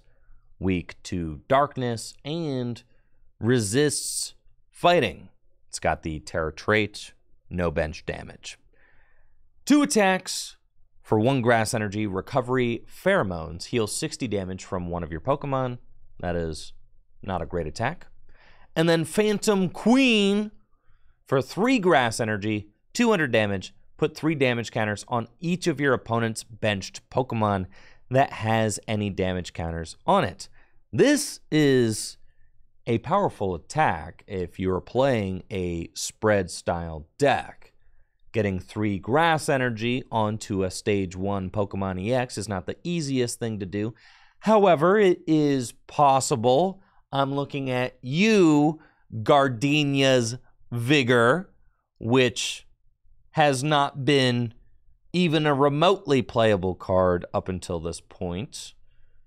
Nothing but disappointment. Yes, some people in the Twitch chat and maybe in the YouTube comments will be like, but Tricky Jim, I play that card in my Regidrago V-Star deck. I don't care. It hasn't been very good yet, okay? But it is an option for accelerating grass energy into play. There is also the, who am I thinking of? Pineco Sr. What's his name?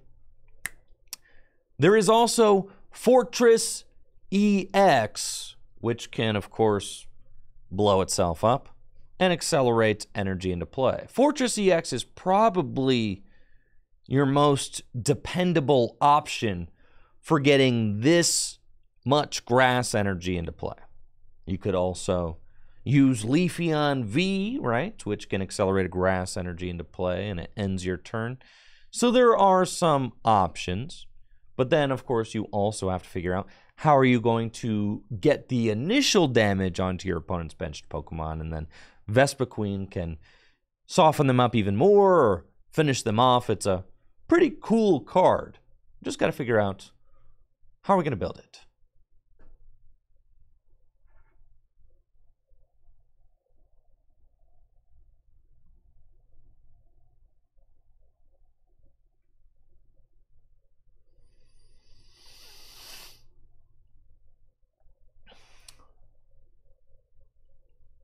Arceus? Arceus cannot accelerate onto Pokemon EX. Cat EX? Chat, have you watched any of the Meowscarada gameplay? Don't you know that Meowscarada EX barely works by itself? And yet, you want to combo Meowscarada EX with Vespiquen? Don't you know?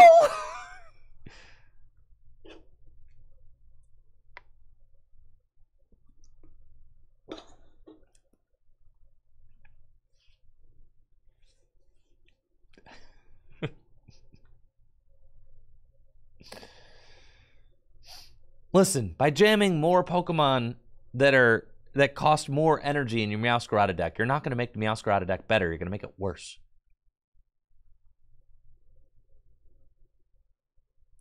Hawlucha is probably the best way to spread damage onto the bench, yes.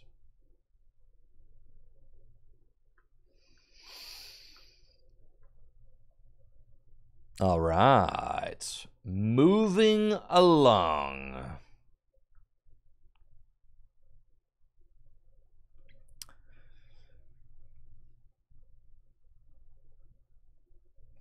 Houndstone, 140 HP, struggle to the death. 80 plus 120 more if they have 2 or 4 prize cards remaining. That card is bad. Too situational, I say. We got little Larvitar munching on a snack. Pupitar looking like he's got attitude.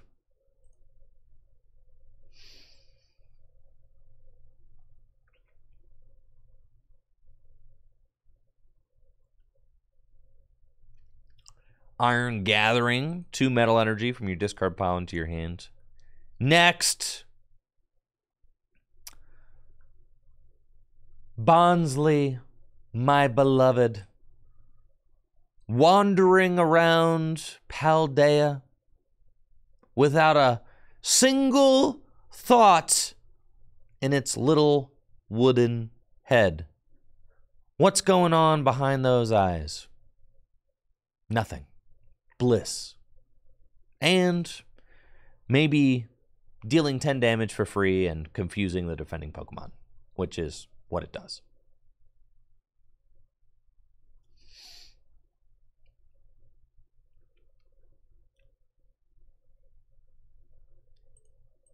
He's a rock. All right, I'm getting notification that apparently Bonsly is not actually made out of wood. It's made out of rock. All right, you knew what I was trying to say.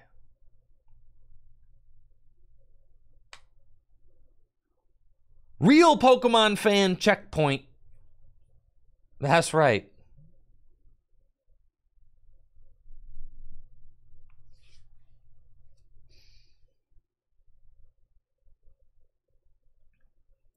Stunfisk, basic fighting Pokemon with 120 HP and the ability Custom Trap. If this Pokemon is in the active spot and is damaged by an attack from your opponent's Pokemon, if this Pokemon has a Pokemon tool card attached to it, at this point you can stop reading, okay? There are already too many ifs. Way too many ifs. This is a terrible card. This is a terrible ability. I read this ability probably 5 times this morning when I was looking at the translations, and I couldn't believe how situational and bad it was. But if you satisfy all of those conditions, you get to place 5 damage counters on the attack team. If you satisfy all of those conditions, you get to place 5 damage counters on the attacking Pokemon. I hope it was worth it, okay? Not only do you have to get attacked, you also have to have a tool card attached. Ugh. And then Rumble does 30 damage and prevents the defending Pokemon from retreating for just 1 fighting energy. Next.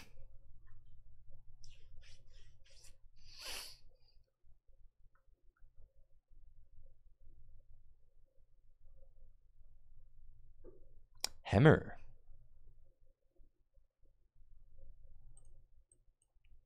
Look how sly the lone wolf is. Lycanroc. Terror of the night.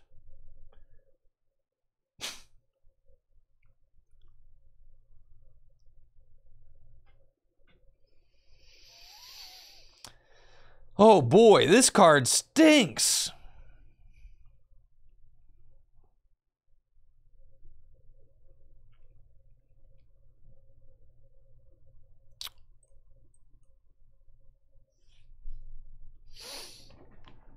Okay.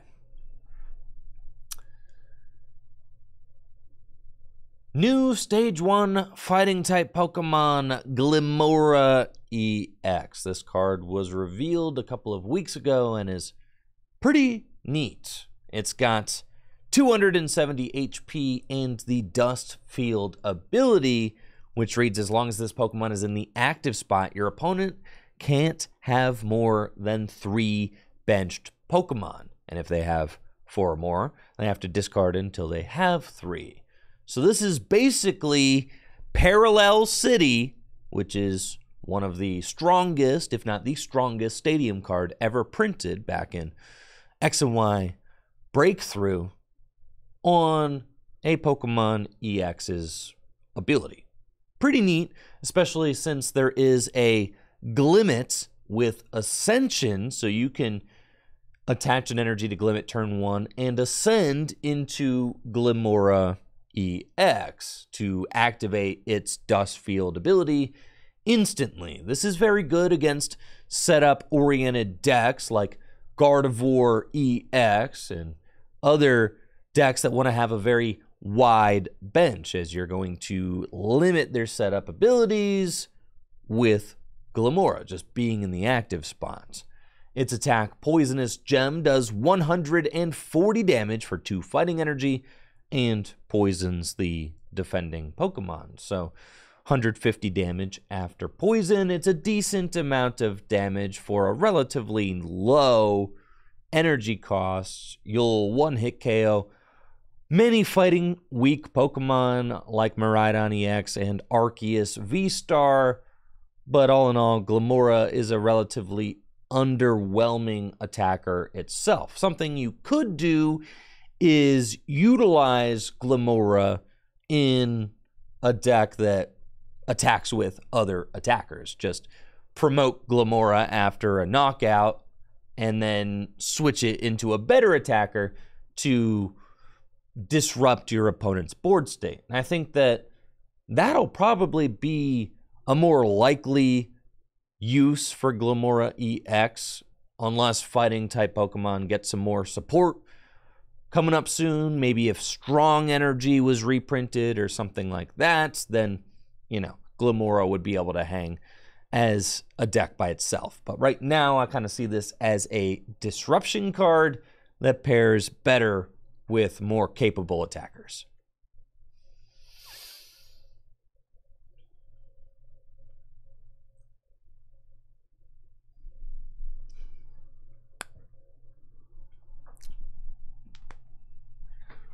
Whew. All right. Oh, baby. We're here.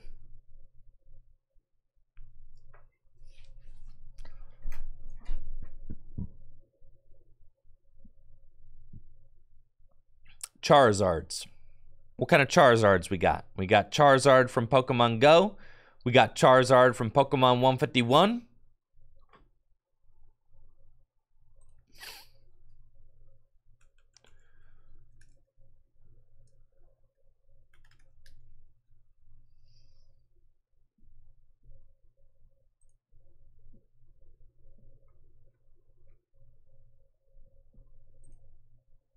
Cool.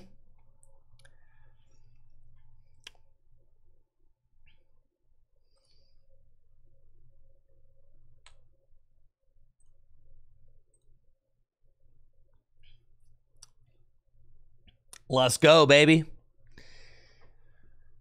The poster child.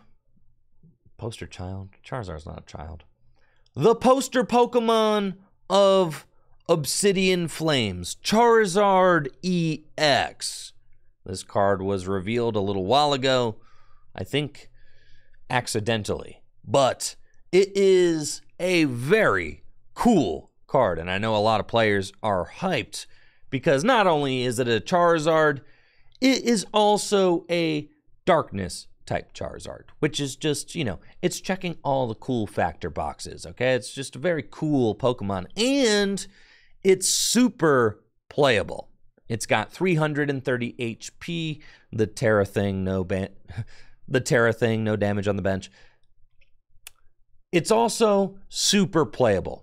The card has 330 HP, the Terra trait where it doesn't take damage on the bench, and an ability, Infernal Control, which reads, when you play this card from your hand to evolve a Pokemon during your turn, you may search your deck for up to 3 basic Fire Energy cards and attach them to your Pokemon in any way you like. Then shuffle your deck. So this is an incredible energy accelerator. Fire-type decks already had the Magma Basin Stadium to accelerate energy into play. Now they have Charizard EX as well, which makes Fire-type Pokemon really have enough support that they need to be successful in standard formats. Charizard EX's attack, Burning Darkness, does 180 damage plus 30 more damage for each prize card your opponent has taken. So if your opponent has taken 5 prizes, then you're dealing 330 damage for just 2 fire energy. But wait, if you have Charizard from Pokemon Go set up, in addition to Charizard EX from Obsidian Flames, then you only need 1 fire energy in order to deal all of that damage. Something else that's really cool about this new Charizard EX from Obsidian Flames is that it is Darkness type, which is not only cool, but also one of the best types to be in the Pokemon trading card game right now, as you're going to be hitting Mew VMAX and Gardevoir EX for weakness.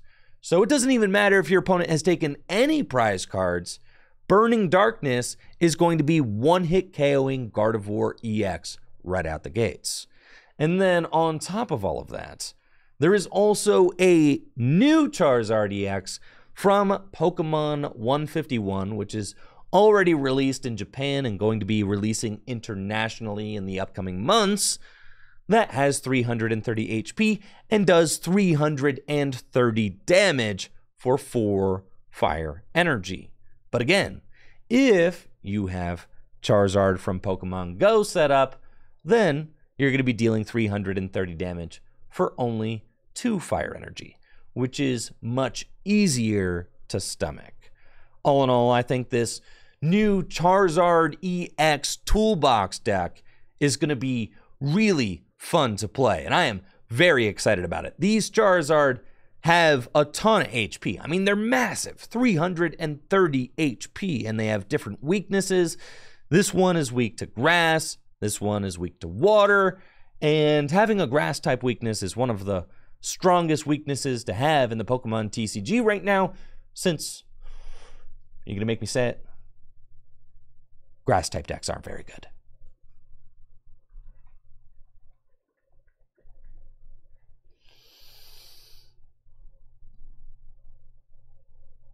Woo!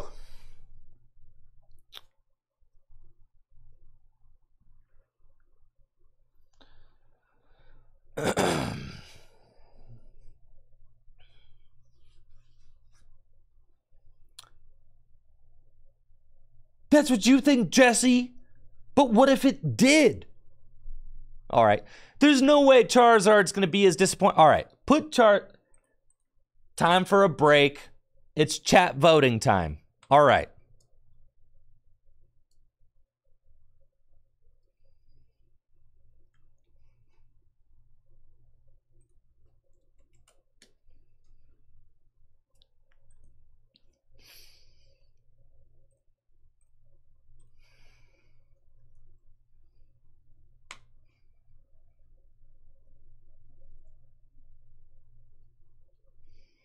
All right.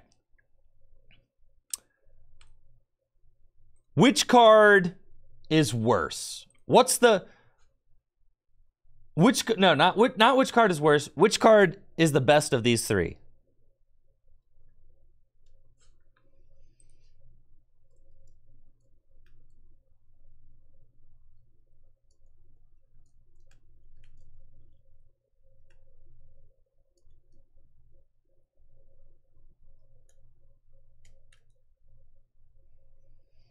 Reshiram or...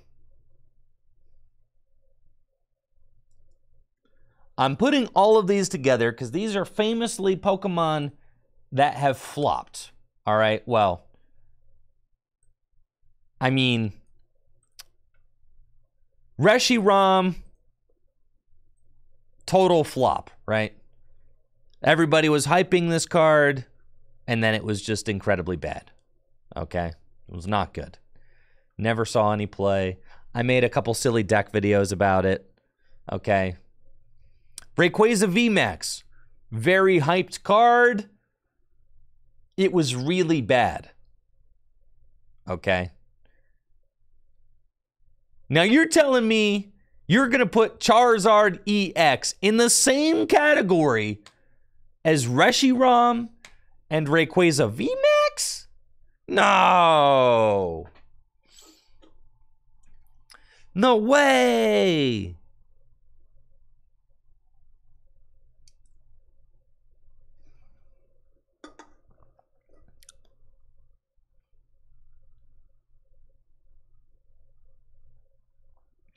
No, the Rayquaza was not okay. It was terrible.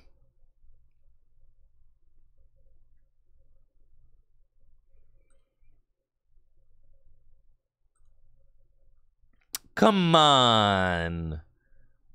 Charizard's gonna be bonkers, dude. All right, you need like...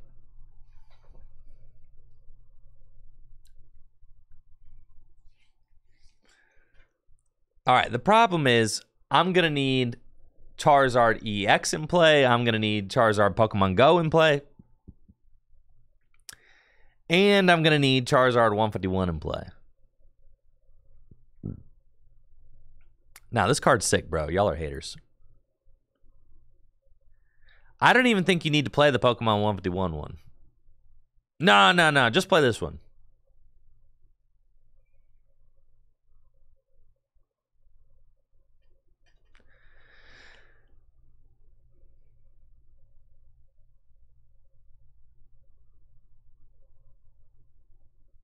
Yeah, the Charizard 151, this one's Garbo. You're not going to play that. Yeah, you're not going to play the 151 one.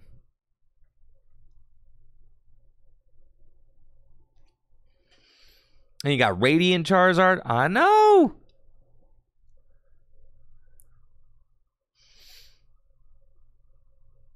That's what I'm saying. All right, maybe we don't even need the Pokemon Go one.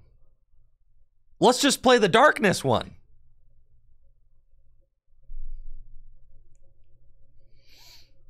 Yeah, let's just play this one. He accelerates 3 every time he evolves.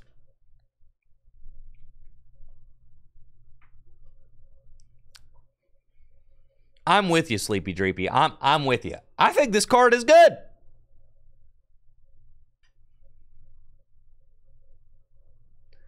Who's the other attacker? I don't know. Anybody. Let's go look. Any good fire type? Are there any good fire type Pokemon?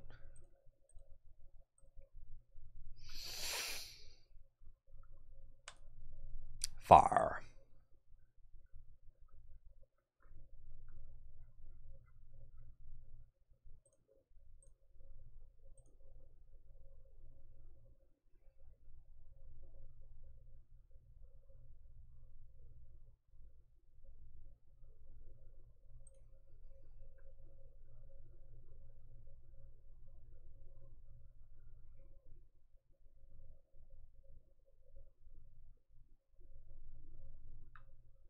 Delphox.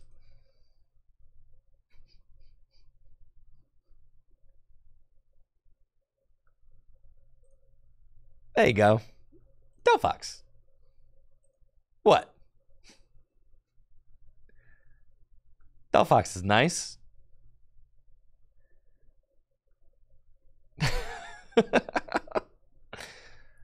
Who cares? You're attacking with Charizard, all right?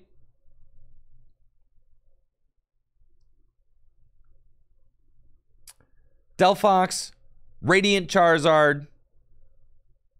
That's all you need.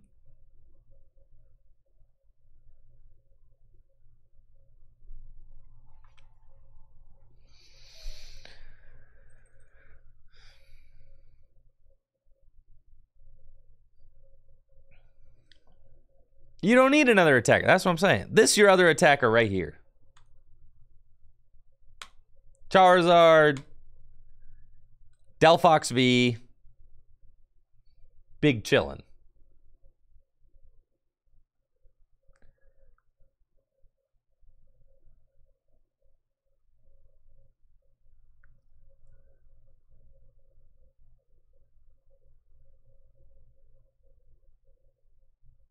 Oh, yeah. This deck's going to be broken.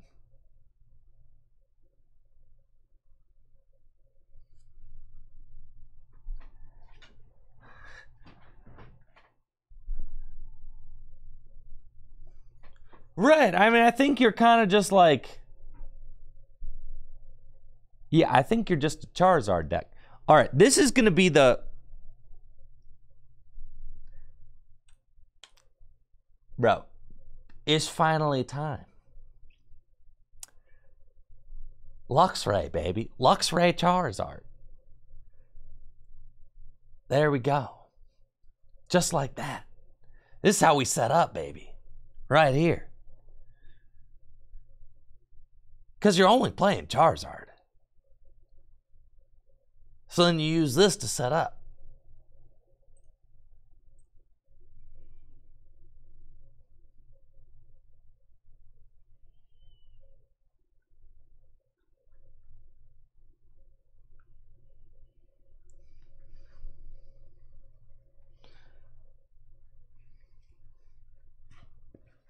All right, maybe it's Mew from Celebrations. Yeah, Mew from Celebrations. That's all you need. A couple of Mew.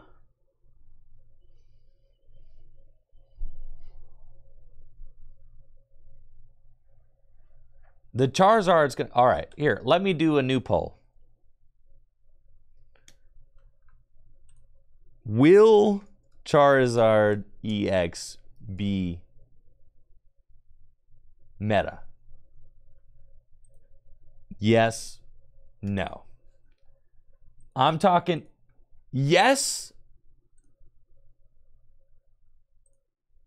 Yes, if Charizard EX will be like on the same level as like Miraidon and Baxcalibur. I'm talking like a tier 2 deck at least. Is it like Miraidon and Baxcalibur tier?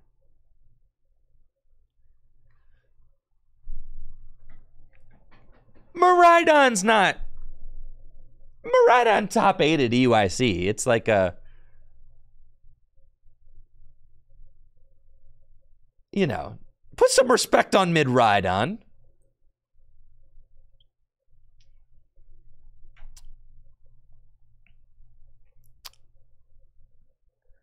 Deck doesn't have to be tier 1 to be meta. A tier 2 deck just won NAIC. Or maybe like a tier 3 deck.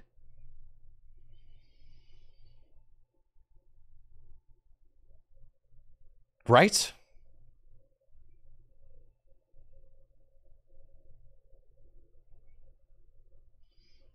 Icky asking the real questions. Is it still fire gaming if it's darkness type?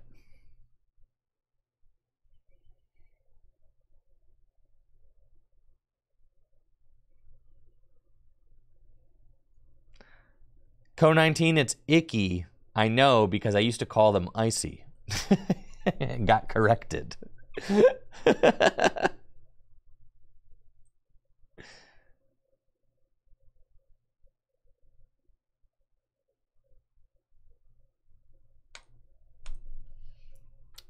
All right, looks like chat is torn on this one.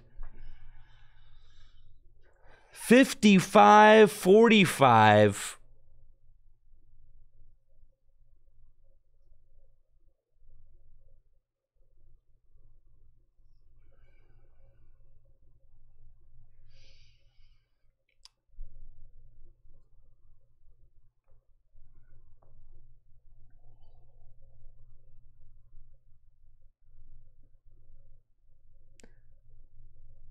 All right, 54. Yeah, it's looking about a 55-45 matchup.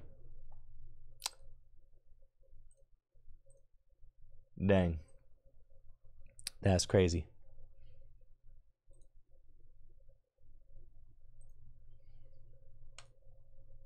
Nah, Charizard is going to be sick. Listen, I'm making a Charizard video, all right?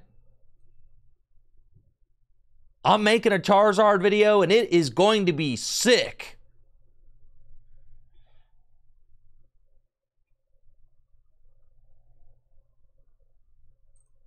I gotta say, this card is a 5-band graphics win, by the way.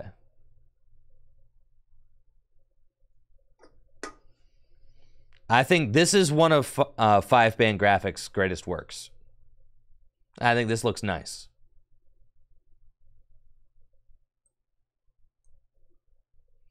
Listen, 5-band doesn't have a lot of dubs. I'll give him this one, though. This one's nice.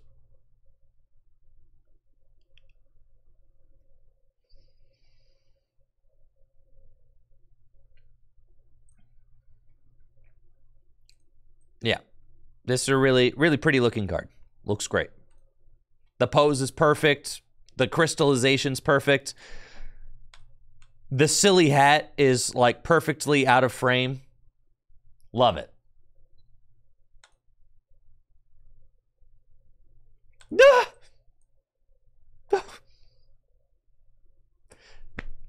My boy. Look at him. Wooper. Oh, he's so nice. Wow. What a nice Wooper.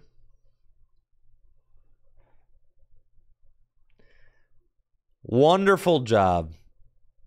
Kudos to the artist, Kirasaki. Wonderful. Oh.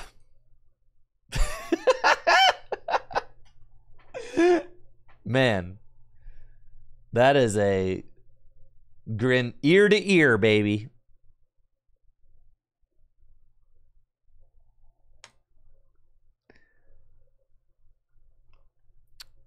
New Paldean Quagsire. New Paldean Quagsire, 140 HP. Evolves from Wooper. It's got 2 attacks. Splattering Poison. Both active Pokemon are now poisoned for 1 darkness energy. And then Venoshock for a darkness and 2 colorless energy. Does 80 damage plus 120 more damage if your opponent's active Pokemon is poisoned. I know there are some Poison Gym Leader Challenge fanatics out there, like to build poison-focused decks, and if you are one of those Poison Darkness fans, then this card will certainly pique your interest.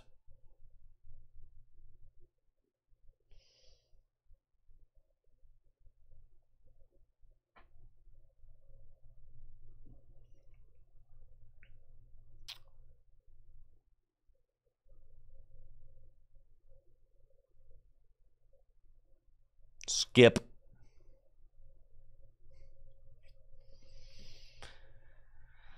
Houndoom.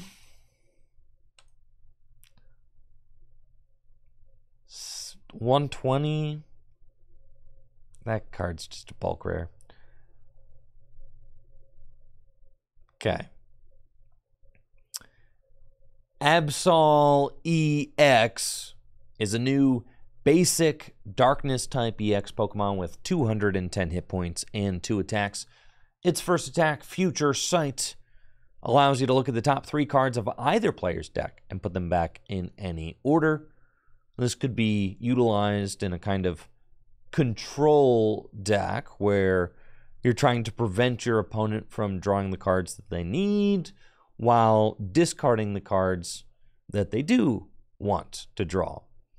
And then Cursed Slug for 2 darkness and a colorless energy does 100 damage, and if your opponent has 3 or fewer cards in their hand, this attack does 120 more damage. So that kind of plays into the idea that if you're removing your opponent's hand, discarding their resources, then you get to do a lot of damage for 3 energy if they have 3 or fewer cards in their hand. So an interesting card. I don't think it has the support it needs to be successful right now, but it exists. So I'm sure that control players have their eyes on cards like this.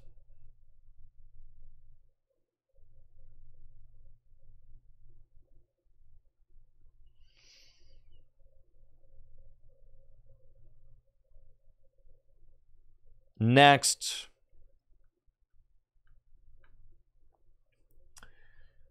Malamar is a Darkness type Stage 1 Pokemon with 120 HP. Malamar is a Darkness type Stage 1 Pokemon with 120 HP and the ability Psy Vision, which reads once during your turn. You may use this ability. Look at the top card of your opponent's deck, then look at the top card of your deck. I don't know about you all, but I've got some friends who use this ability even without having Malamar in play. When I'm playing cards with them, they're just constantly taking peeks at my deck, their deck, prize cards, whatever. So, yeah, I don't know. Maybe they would like this card.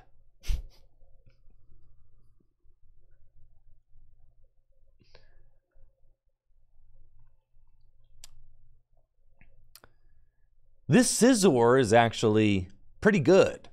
It has the attack Punish Scissor, which does 10 damage plus 50 more damage for each of your opponent's Pokemon in play with an ability. And there are a lot of decks that have a lot of abilities that they will have in play. Most notably, Gardevoir EX decks, right? Each Kirlia has an ability. Each Gardevoir has an ability. Radiant Greninja has an ability. Mew from Celebrations has an ability. Manaphy has an ability. It is not uncommon for Gardevoir decks to have 5 or 6 Pokemon in play with abilities. So Scizor could be a nice single prize attacking option to deal loads of damage to ability-reliant decks like Gardevoir EX.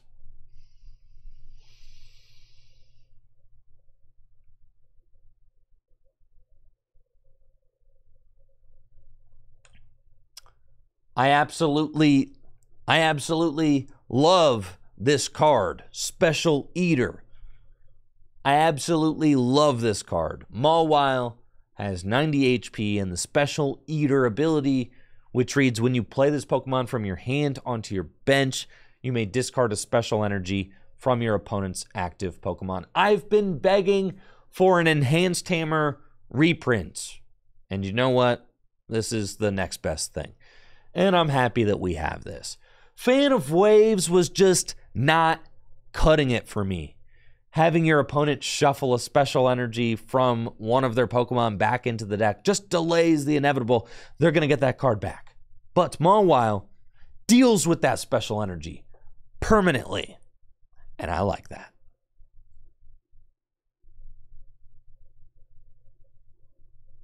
Whatever, puts it on the bottom of the deck. Okay, well, technically, Mr. Jim, Fan of Waves, puts the special energy on the bottom of the deck.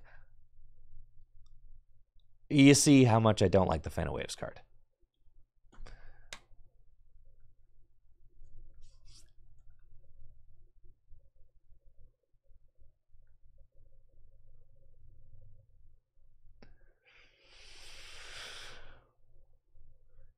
Well, actually.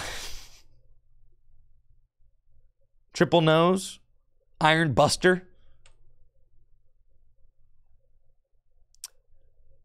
Bisharp. Is it Bisharp or Bisharp? What do you think?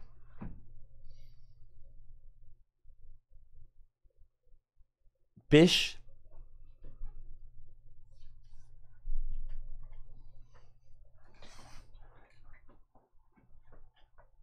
It's like Bishop? That makes sense. Bisharp? Got it.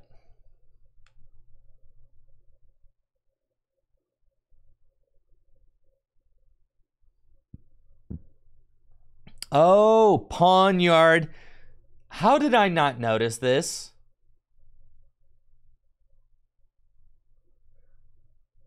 Pawniard, Bisharp, Kingambit.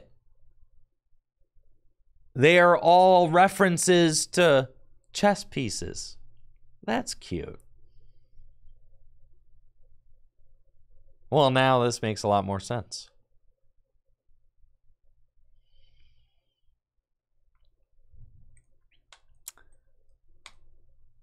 Bisharp, these attacks are terrible. All right, the flip a bazillion, whatever. Okay.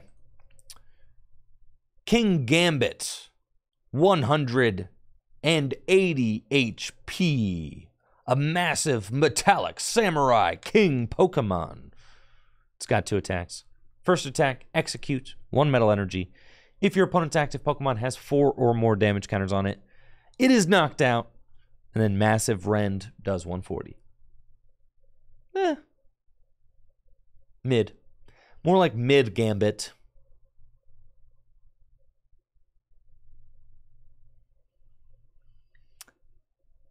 Is this the new optimal Varoom? Potentially. Previously, we had a Varoom that poisoned. But this Varoom draws a card, and drawing cards is broken. So I'm thinking that this new Varoom from Obsidian Flames is the optimal one to play with your Revavroom.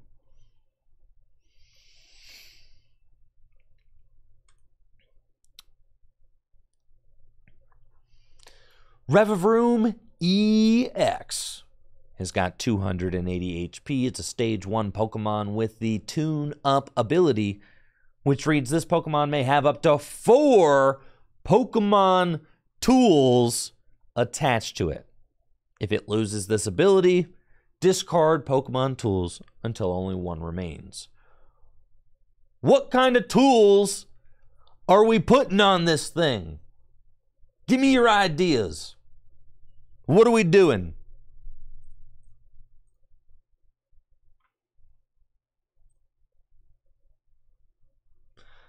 There's some cool ones below.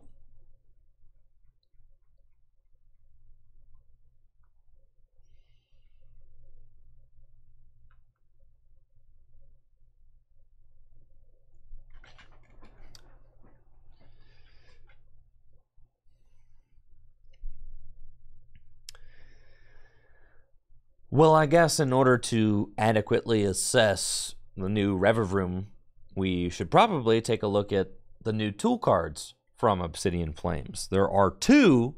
First up, Patrol Cop. Patrol Cap. As long as the Pokemon this card is attached to is in the active spot, cards in your deck can't be discarded by effects of your opponent's attacks, abilities, item cards, Pokemon tools, or supporter cards. So it's like an anti-milling tool card, which is an interesting and unique effect, even if I don't think it's very good, as control decks pretty much always have a way to remove tool cards. And then Revenge Punch reads when the Pokemon this card is attached to is knocked out by damage from an attack. Then Revenge Punch is a tool card that reads, when the Pokemon this card is attached to is knocked out by damage from an attack of your opponent's Pokemon, put 4 damage counters on the attacking Pokemon. So this is really cool, as it is like a Rocky Helmet, except it only triggers when the Pokemon gets knocked out, and it places 4 damage counters instead of the 2 that Rocky Helmet places. Revenge Punch could see some play in decks that play low HP Pokemon like Lost Box, right? Could be useful for getting extra damage counters onto the board. I think Revenge Punch is a pretty cool card, but neither of these are really doing it for me paired with Revavroom EX.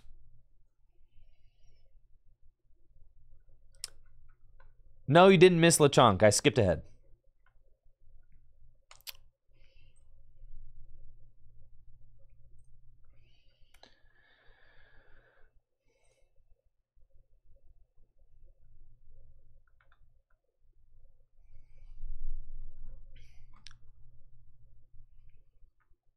You could put 4 Forest Seal Stones on your Revavroom, which would do nothing, but it would be interesting.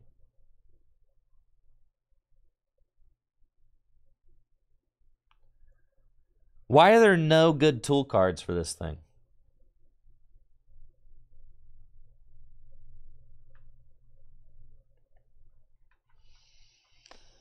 All right. Looking around, it doesn't actually appear like there's a lot of great tool cards to use with Revavroom EX right now, which is kind of funny. You could put 4 Choice Belts on your Revavroom EX, which would increase the damage dealt by its Wild Drift attack to Pokemon V.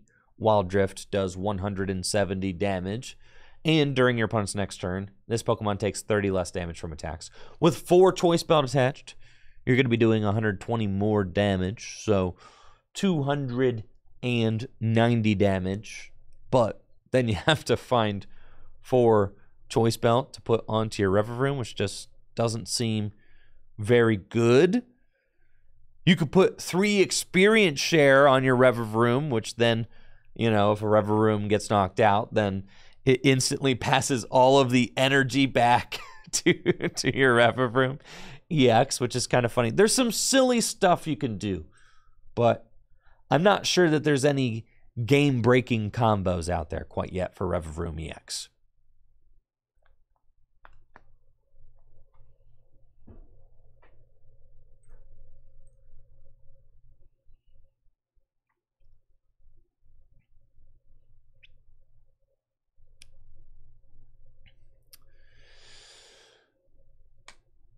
My goat is back. I can't believe it. Quick Search is back, baby.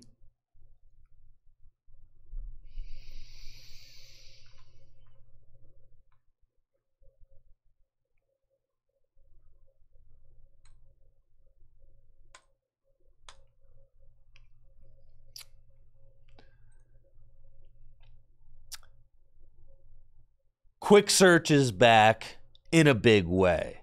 Pidgeot EX, a stage 2 Pokemon with 280 HP, no retreat cost, a resistance to fighting, and a phenomenal and historic ability.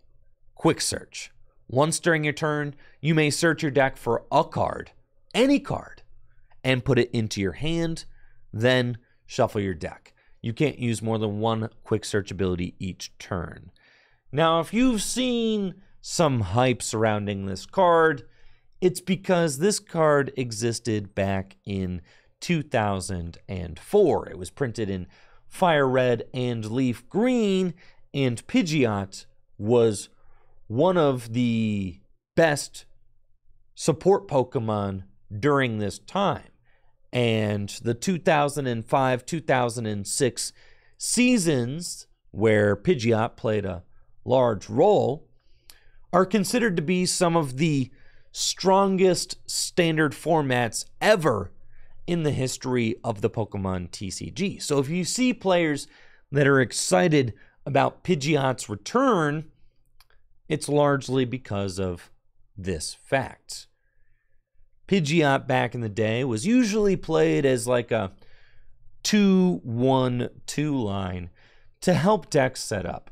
But it is worth noting, Sandy, I need water.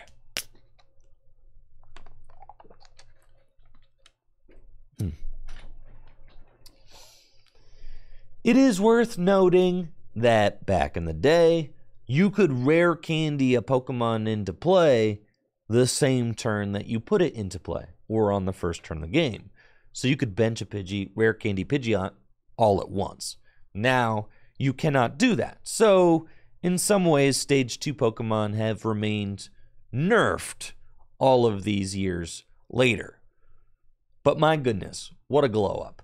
280 HP. Pidgeot used to have just 100 HP. That's crazy. And Pidgeot EX has the Fierce Winds attack for 2 colorless energy, does 120 damage, and you may discard a Stadium card in play. Whether or not Pidgeot EX is successful, I think will say a lot about the state of the Pokemon trading card game in standard format. It may end up being that Pidgeot only gets really good after all of the Pokemon V and VMAX and V-Stars rotate out of standard. Right now, what's the point in setting up a Pidgeot EX if you can just Forest Sealstone for whatever card you want, or Starbirth for whatever 2 cards you want? Right now, Pidgeot EX doesn't really fulfill a needed role in a lot of decks. But once all of those Pokemon V rotate out of standard, then the pace of the formats will undoubtedly slow, and decks, the pace of the format will undoubtedly slow down, and decks will be looking for a relatively low maintenance consistency option. Pidgeot EX can definitely fulfill that for a number of Stage 2 decks, especially if they're already running rare candy.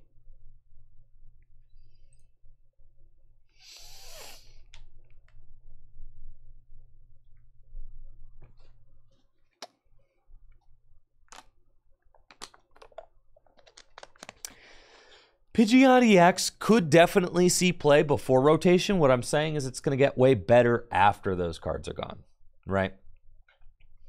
Pidgeot EX may very well see play right away, but I think that this card will get better and better as some of these other broken cards rotate out.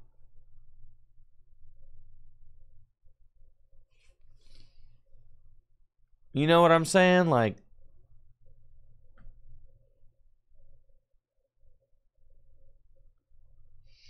you could play Pidgeot EX in Chien-Pao. Gardevoir EX doesn't need it because of Kirlia, but after Kirlia rotates, maybe Gardevoir EX could use it. Right? Like right now there's really no point for Gardevoir EX to use this card. But after Shining Arcana and Refinement Kirlia rotate out of standard, then all of a sudden Pidgeot becomes like a much more reasonable card to include.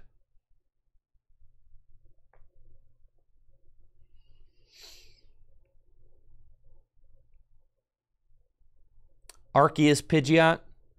I mean, there's something to be said for pairing Pidgeot EX with Arceus V-Star decks. I mean, Arceus V-Star decks are already some of the most consistent decks in standard format. Right now, they play either no, on-board support, like Arceus, Umbreon, Duraludon VMAX, or they may play a small Bibarel package, like Arceus V-Star with Giratina.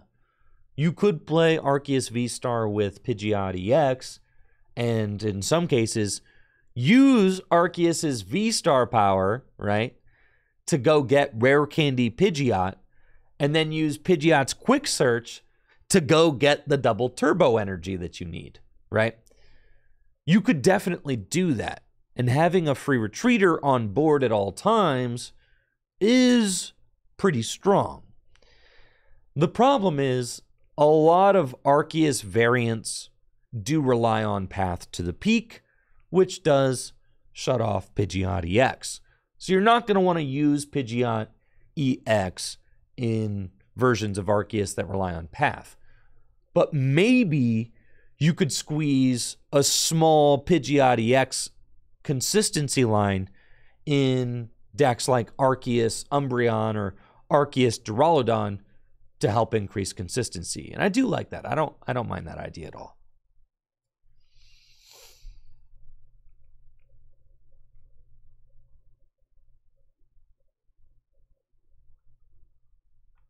Well, the thing is that Bibarel is being played in Arceus decks that play Path. So Pidgeot won't explicitly replace Bibarel, but it could be used as like a... But then you have to fit, you have to fit like a 101 Pidgeot and like 2 rare candies, or a 202 and 2 rare candies, right?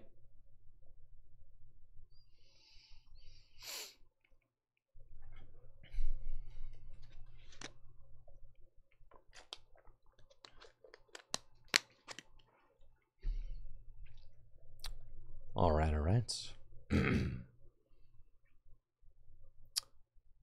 Next.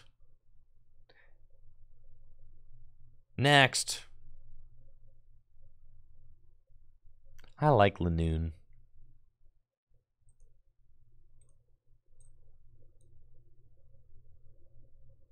Lanoon's cute.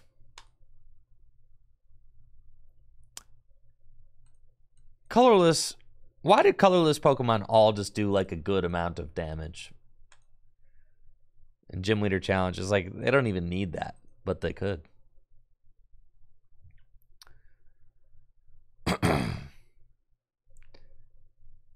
Oh, I see. Ben Morse. Very excited about the Kamiya Lechonk. Where is this Lechonk? I'm sorry. What's Stab? Stab doesn't exist in the Pokemon trading card game.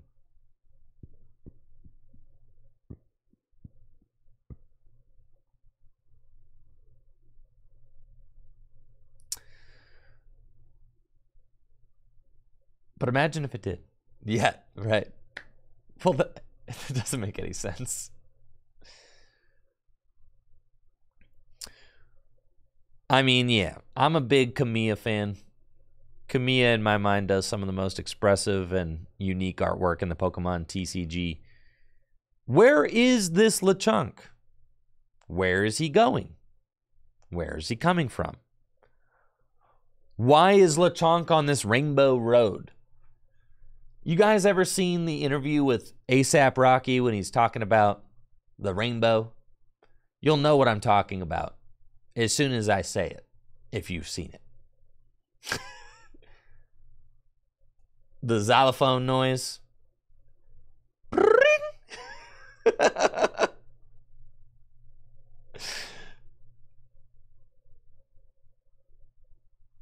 Anyways, that's what I imagine Lechonk's going through right now.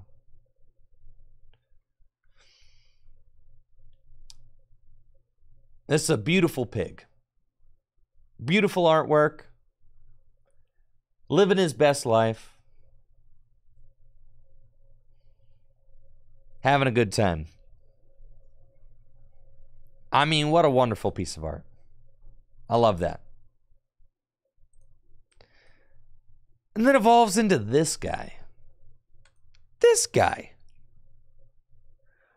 All right. All you control players out there. They just couldn't stay away from the control decks? Could they? Oinkologne, who evolves from this magnificent Kamiya artwork Lechonk,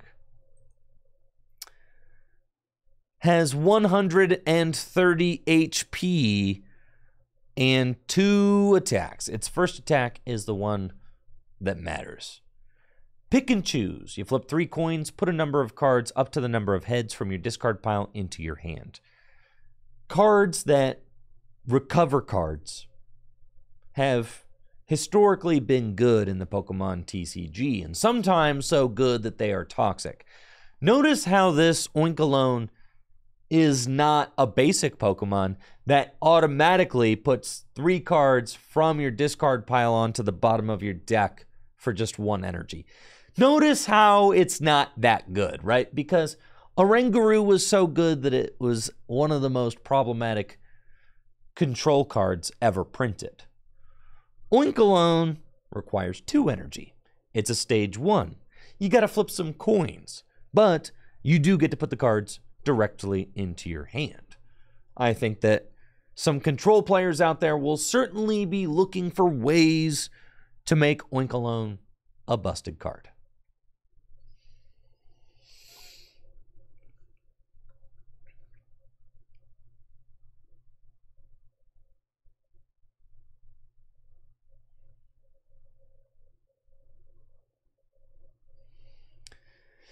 On to the trainers. We're in the home stretch.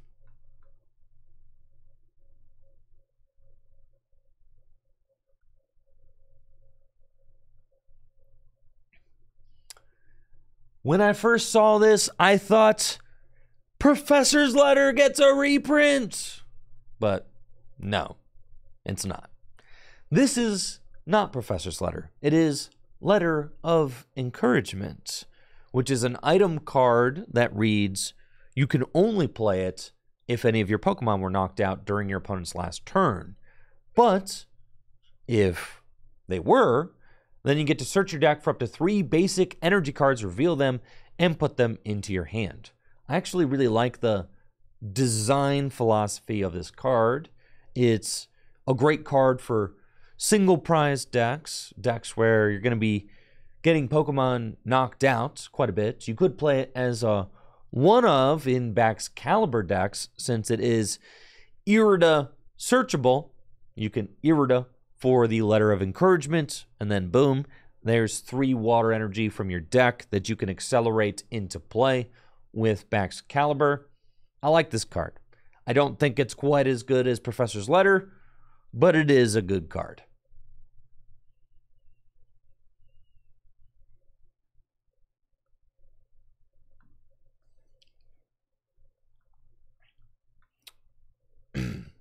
New supporters. Gita is we got some new supporters as well. Gita makes it so that until the end of the turn you play, how should I say that?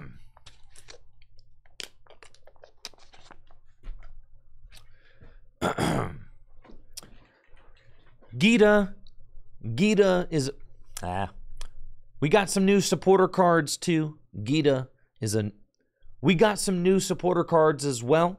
Gita reads, until the end of the turn that you play this card, none of your Pokemon can attack, including Pokemon that were put into play this turn.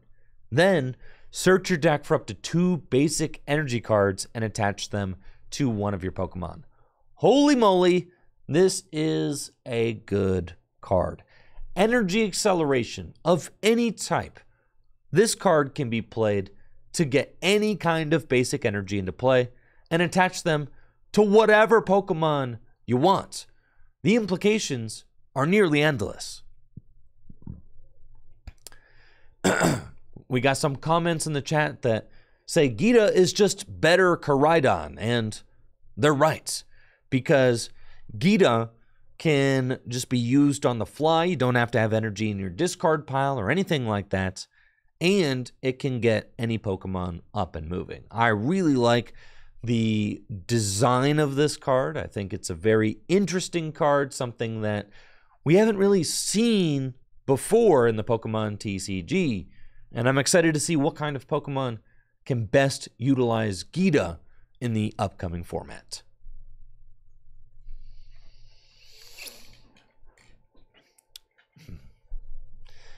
Notice how much more balanced Geeta is than a card like Welder. You see how much more...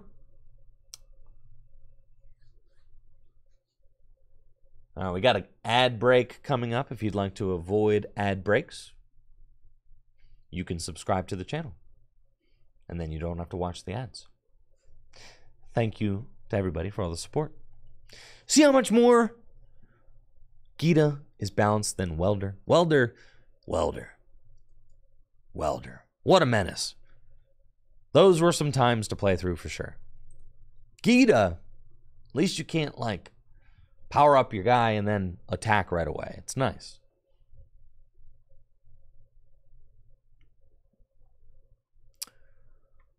Ortega allows you to look at your opponent's hand, choose one card. Ortega allows you to look at your opponent's hand, choose one card that you find there, and put it on the bottom of your opponent's deck. Then your opponent may draw one card.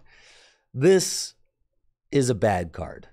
If that last sentence wasn't there, maybe it would have some niche usage. Probably not, but like maybe.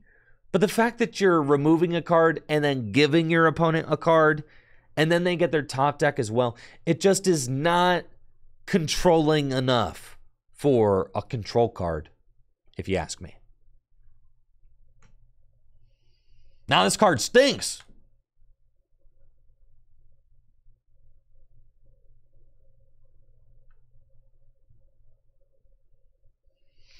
Also, I've never heard of Ortega. I don't know who they are. There was the card that was just better. Who was the lady whose name started with an O?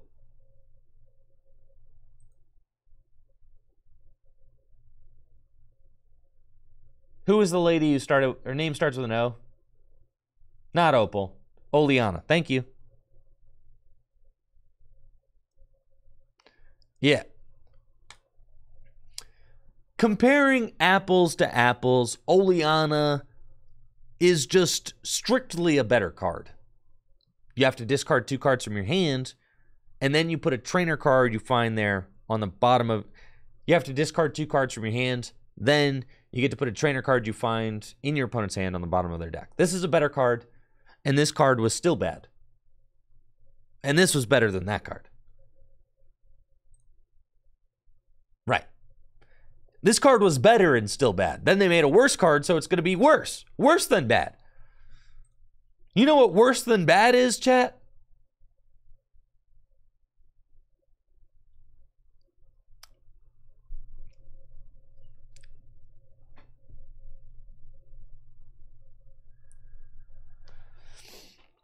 If I could have an old ability back in current standard, what would it be? Portrait? Absolutely not. Well, no, absolutely not.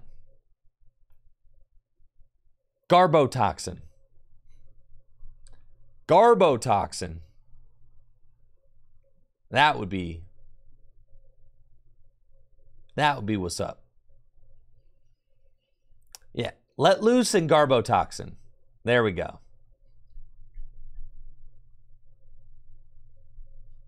Yeah, Let Loose too while we're at it.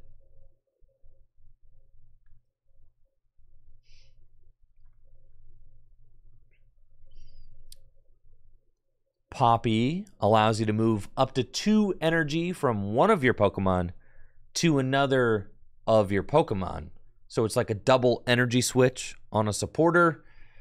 This card could have some very specific usages. I don't think it will be widely played, but it exists, and it's a unique effect that is not easy to replicate with other cards right now. Obviously, Energy Switch is an option, but the fact that it allows you to move special energy too does make it unique. So it exists. It's interesting. Probably won't be played too much.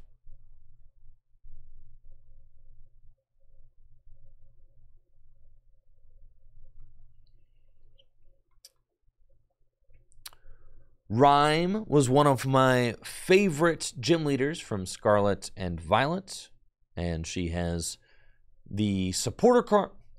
Rhyme was one of my favorite gym leaders from Scarlet and Violet, and she has a great supporter card that allows you to draw 3 cards, then switch out your opponent's active Pokemon to the bench. This is probably just okay in standard formats, but in Gym Leader Challenge formats, Rhyme could be used to push problematic Pokemon like Wobbuffet with its Bide Barricade ability, or Galarian Weezing with its neutralizing gas ability out of the active spot to loosen up the ability lock that they'll be inflicting on your board. So I do really like Rhyme in Gym Leader Challenge format to deal with those soft ability locking Pokemon. In standard formats, if, you want to push a Ting-Lu out of the active, I mean, I guess you could do that, but your opponent usually has a backup Ting-Lu that they can just promote.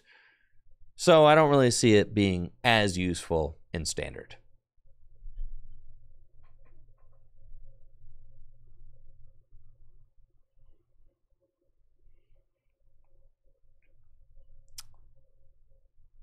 And finally, we got 2 brand spanking new stadium cards. Town Department Store reads, once during each player's turn, that player may search their deck for a Pokemon tool card and put it into their hand. That's pretty cool. A tool fetching stadium. Now, what if they had a tool card that fetched stadiums? That would be neat. But no, this is a stadium that fetches tools, which is super good if your deck has a bunch of different kinds of tools that you'd like to use for various situations. And in standard format, you can use this stadium card not only to counter Path to the Peak, but also to go search out Forest Sealstone, which you can slap onto your Pokemon V and then go get whatever you want. So this is a cool card. And so long as it's legal at the same time as Forest Sealstone and Sky Sealstone, I think that this card will certainly see play. Pokemon League Headquarters makes it so that the attack cost for each basic Pokemon in play is 1 colorless more. Finally, a stadium card that actually makes Lost Box's life miserable, right? It is so easy for Lost Box players to just slap a Psychic Energy onto Sableye and Lost Mine, placing 12 damage counters wherever they want. Even after an Iono or a Judge, all I have to do is find a Sableye and a Psychic, and they're right back at it. But with Pokemon League Headquarters, you make that combination a little bit more difficult to achieve, because the Lost Box player will either have to put 2 energy onto Sableye, or also find a stadium counter in addition to the Psychic Energy and the Sableye. I really like this card, and I think it's great that the Pokemon Company is throwing some stones at basic Pokemon. It usually seems like basic Pokemon just get all of the support. Nest Ball, Battle VIP Pass, cards like Charm of Courage that give them 50 more HP. Finally, some cards that hate on basic Pokemon and promote evolution. That's what's up.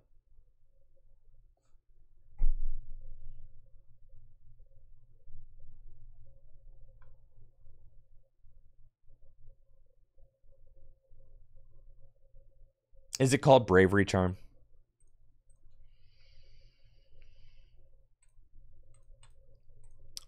Charm of Courage bravery charm, whatever. You know what I'm talking about. Whatever, I still got the Japanese translation in my head, okay?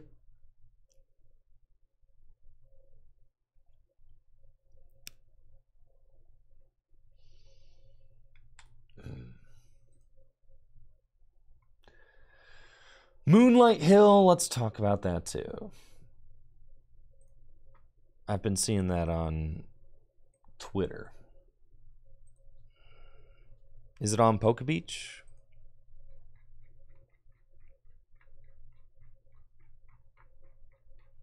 Holy smokes, there's a lot of cards. Yes. Do you think we got it?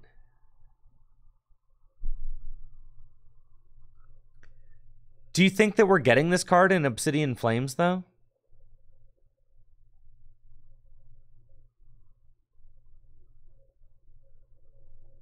But do you think it's in Obsidian Flames? I don't think it will.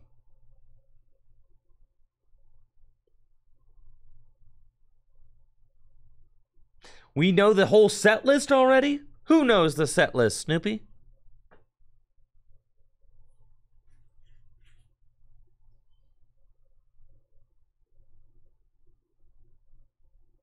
Cool. All right, so yeah, this is a pretty busted card. You discard a Psychic Energy. Why does Psychic decks get all of the nice things?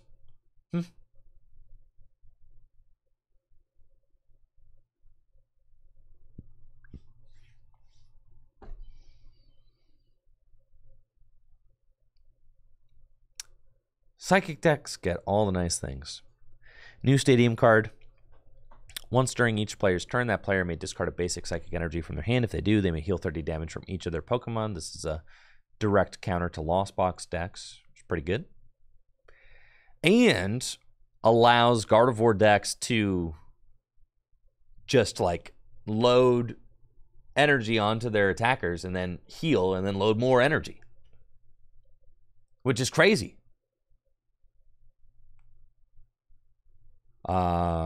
Some would say way too good. It's insane.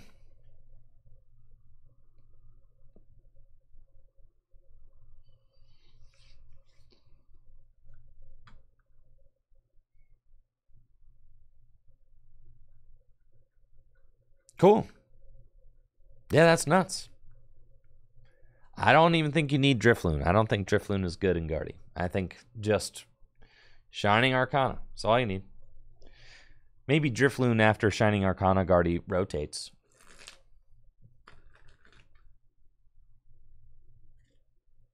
But yeah, this thing's insane in Gardevoir decks.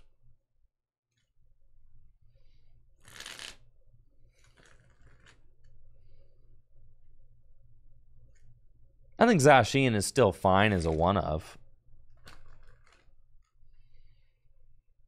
You know, at the end of the game, it's nice, you know, hands are getting Iono'd. It's nice to be able to just slap down Zacian and just be like, that's checkmate.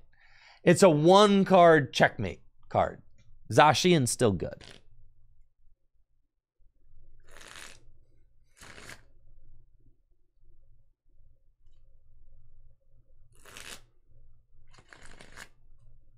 Right-o, right-o. So that's kind of broken. Anyways, what are y'all's favorite cards from, what's your favorite card from?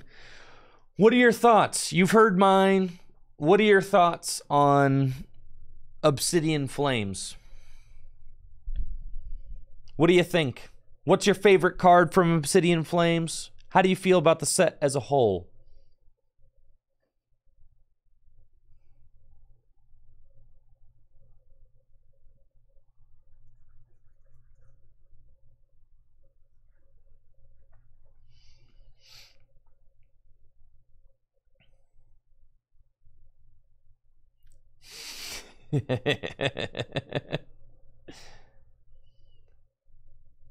Well, doesn't it? All right. think about it from I really like the cards in this set. I feel like they're balanced. Again, I'm going to keep saying this. Sword and Shield was the worst designed block of Pokemon cards from start to finish in the history of the Pokemon TCG.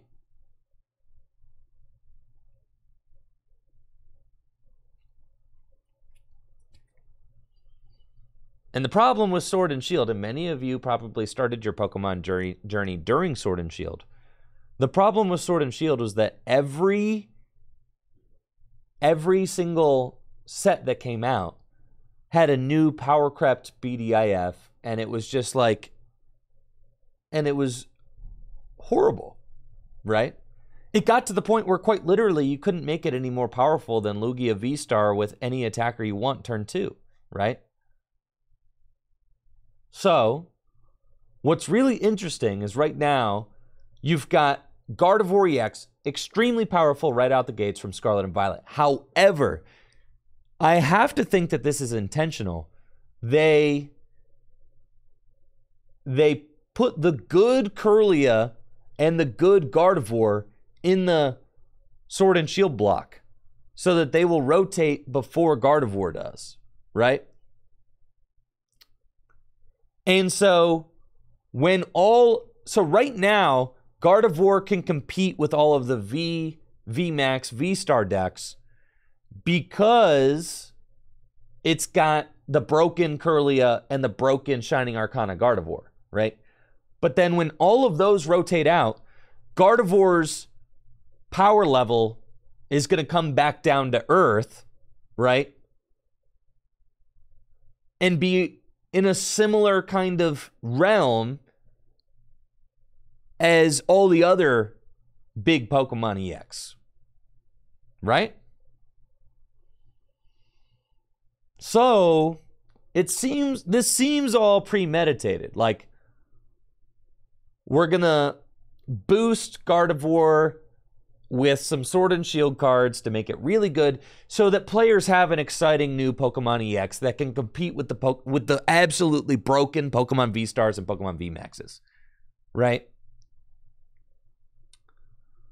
But then eventually Gardevoir will get nerfed so that Gardevoir will not become the new Arceus, right? Where it's just like, that card's just going to be good as long as it's legal. Arceus is so good that it will just be good the whole time it's legal, right?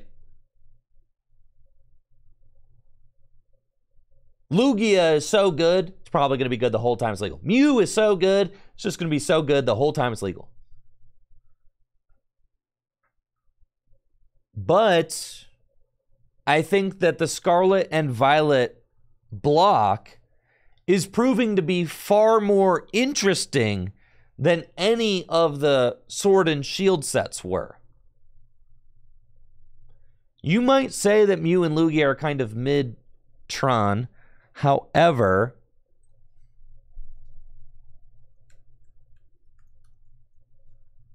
you are wrong. Because here's one. Okay? Here's one. They're still good. They're fine. Maybe they're not the most popular, but they are still good. They are still playable.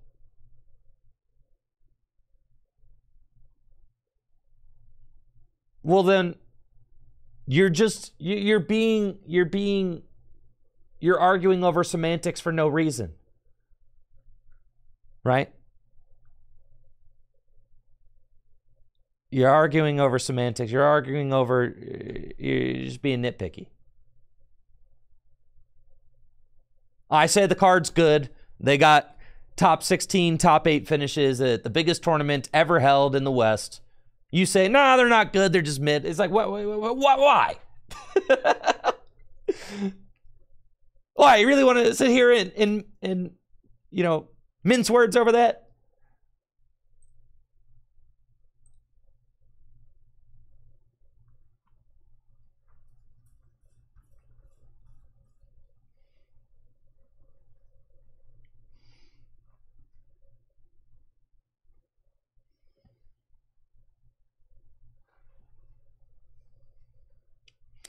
I don't think I saw any special energy in the set, right? I'm really liking the design philosophy of these sets. I feel like there's a lot of interesting cards. And the thing is, if you start playing Gym Leader Challenge, all of a sudden, there's a lot more to be excited about in the Pokemon TCG than if you just play Standard. Because it literally doubles the amount of things to be excited about. So that's what I'm saying. Gym Leader Challenge is just a lot of fun. It just gives you more stuff to be interested in, right? If you're looking at this set from a purely Standard mindset, then you're going to be like, there's nothing to do here, right? Well, like, you got to be patient. Find other things to do. Gym Leader Challenge. Like, I think the card that I'm most excited about here is like Palafin. In the whole set, the cards that I am most excited about from this set are not Standard cards, actually. For the most part, except for maybe Cleffa, which could see play as a one-of in Gardevoir decks and setup decks. I do like Cleffa a lot. So Cleffa's on the top of my list. But I'm also really excited about the new Palafin with that nice low-maintenance attack, high HP, great for Gym Leader Challenge. Really excited about Thundurus, 2 lightning energy, 140 damage, unique attacker for lightning type GLC decks.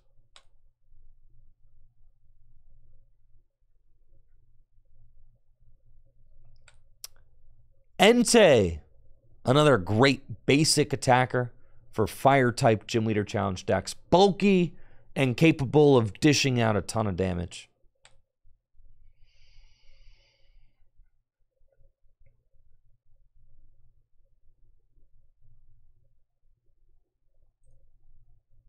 All right, I'm not going to lie. I'm pretty excited about Charizard and anxious to start building my Charizard EX deck for Standard. But that's really the only Standard card that I'm really...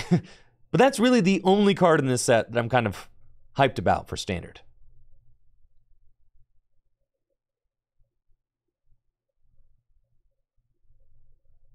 Okay. Well, that and Pidgeot.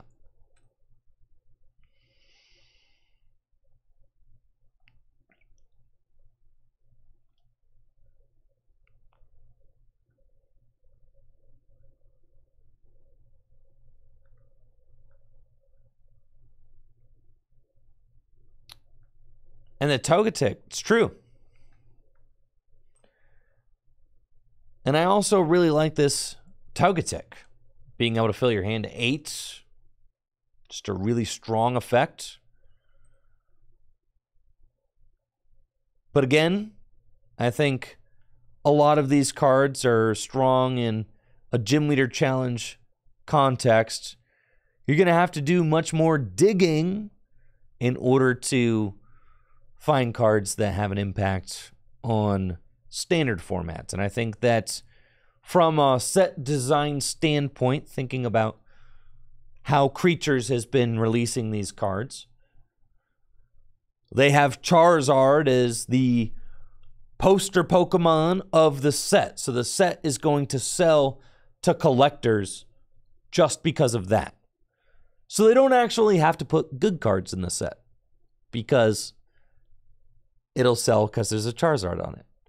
So what they can afford to do in a Charizard set is put interesting game mechanic cards that are maybe more subtle and have a more subtle impact on the Pokemon TCG. And I think that that's probably what's going on for this set. And I welcome it. And I welcome it completely because, again, I think the Sword and Shield block was designed in a way that was not great for players. Every set that came out had a new best deck and format. Everything just kept countering the old decks, and the decks got way too strong, way too fast. So I'm really excited about the new design philosophy that seems to be taking shape here in the Scarlet and Violet block.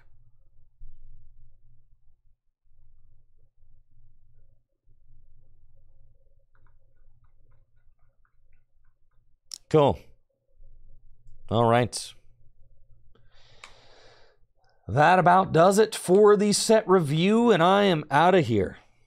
I've got videos to edit and things to do. I will catch you all on Monday back here at the gym. Next week is Obsidian Flames week, where we will open the Elite Trainer box and booster box right there next Friday. And then so 1 week from today, we're going to be doing our midnight pre-release here in the studio as well. So we're going to be doing pre-release stuff and all of that. So next week's going to be very hype as we look forward to the release of Obsidian Flames. Thank you all so much for a wonderful week. Thank you for everybody who donated subs and bits as well. Kano is here, had 11 gifted subs this week. Fufuji had 6 gifties and a bunch of other gifted subs. Thank you for supporting the content and the channel. I'll be back on Monday.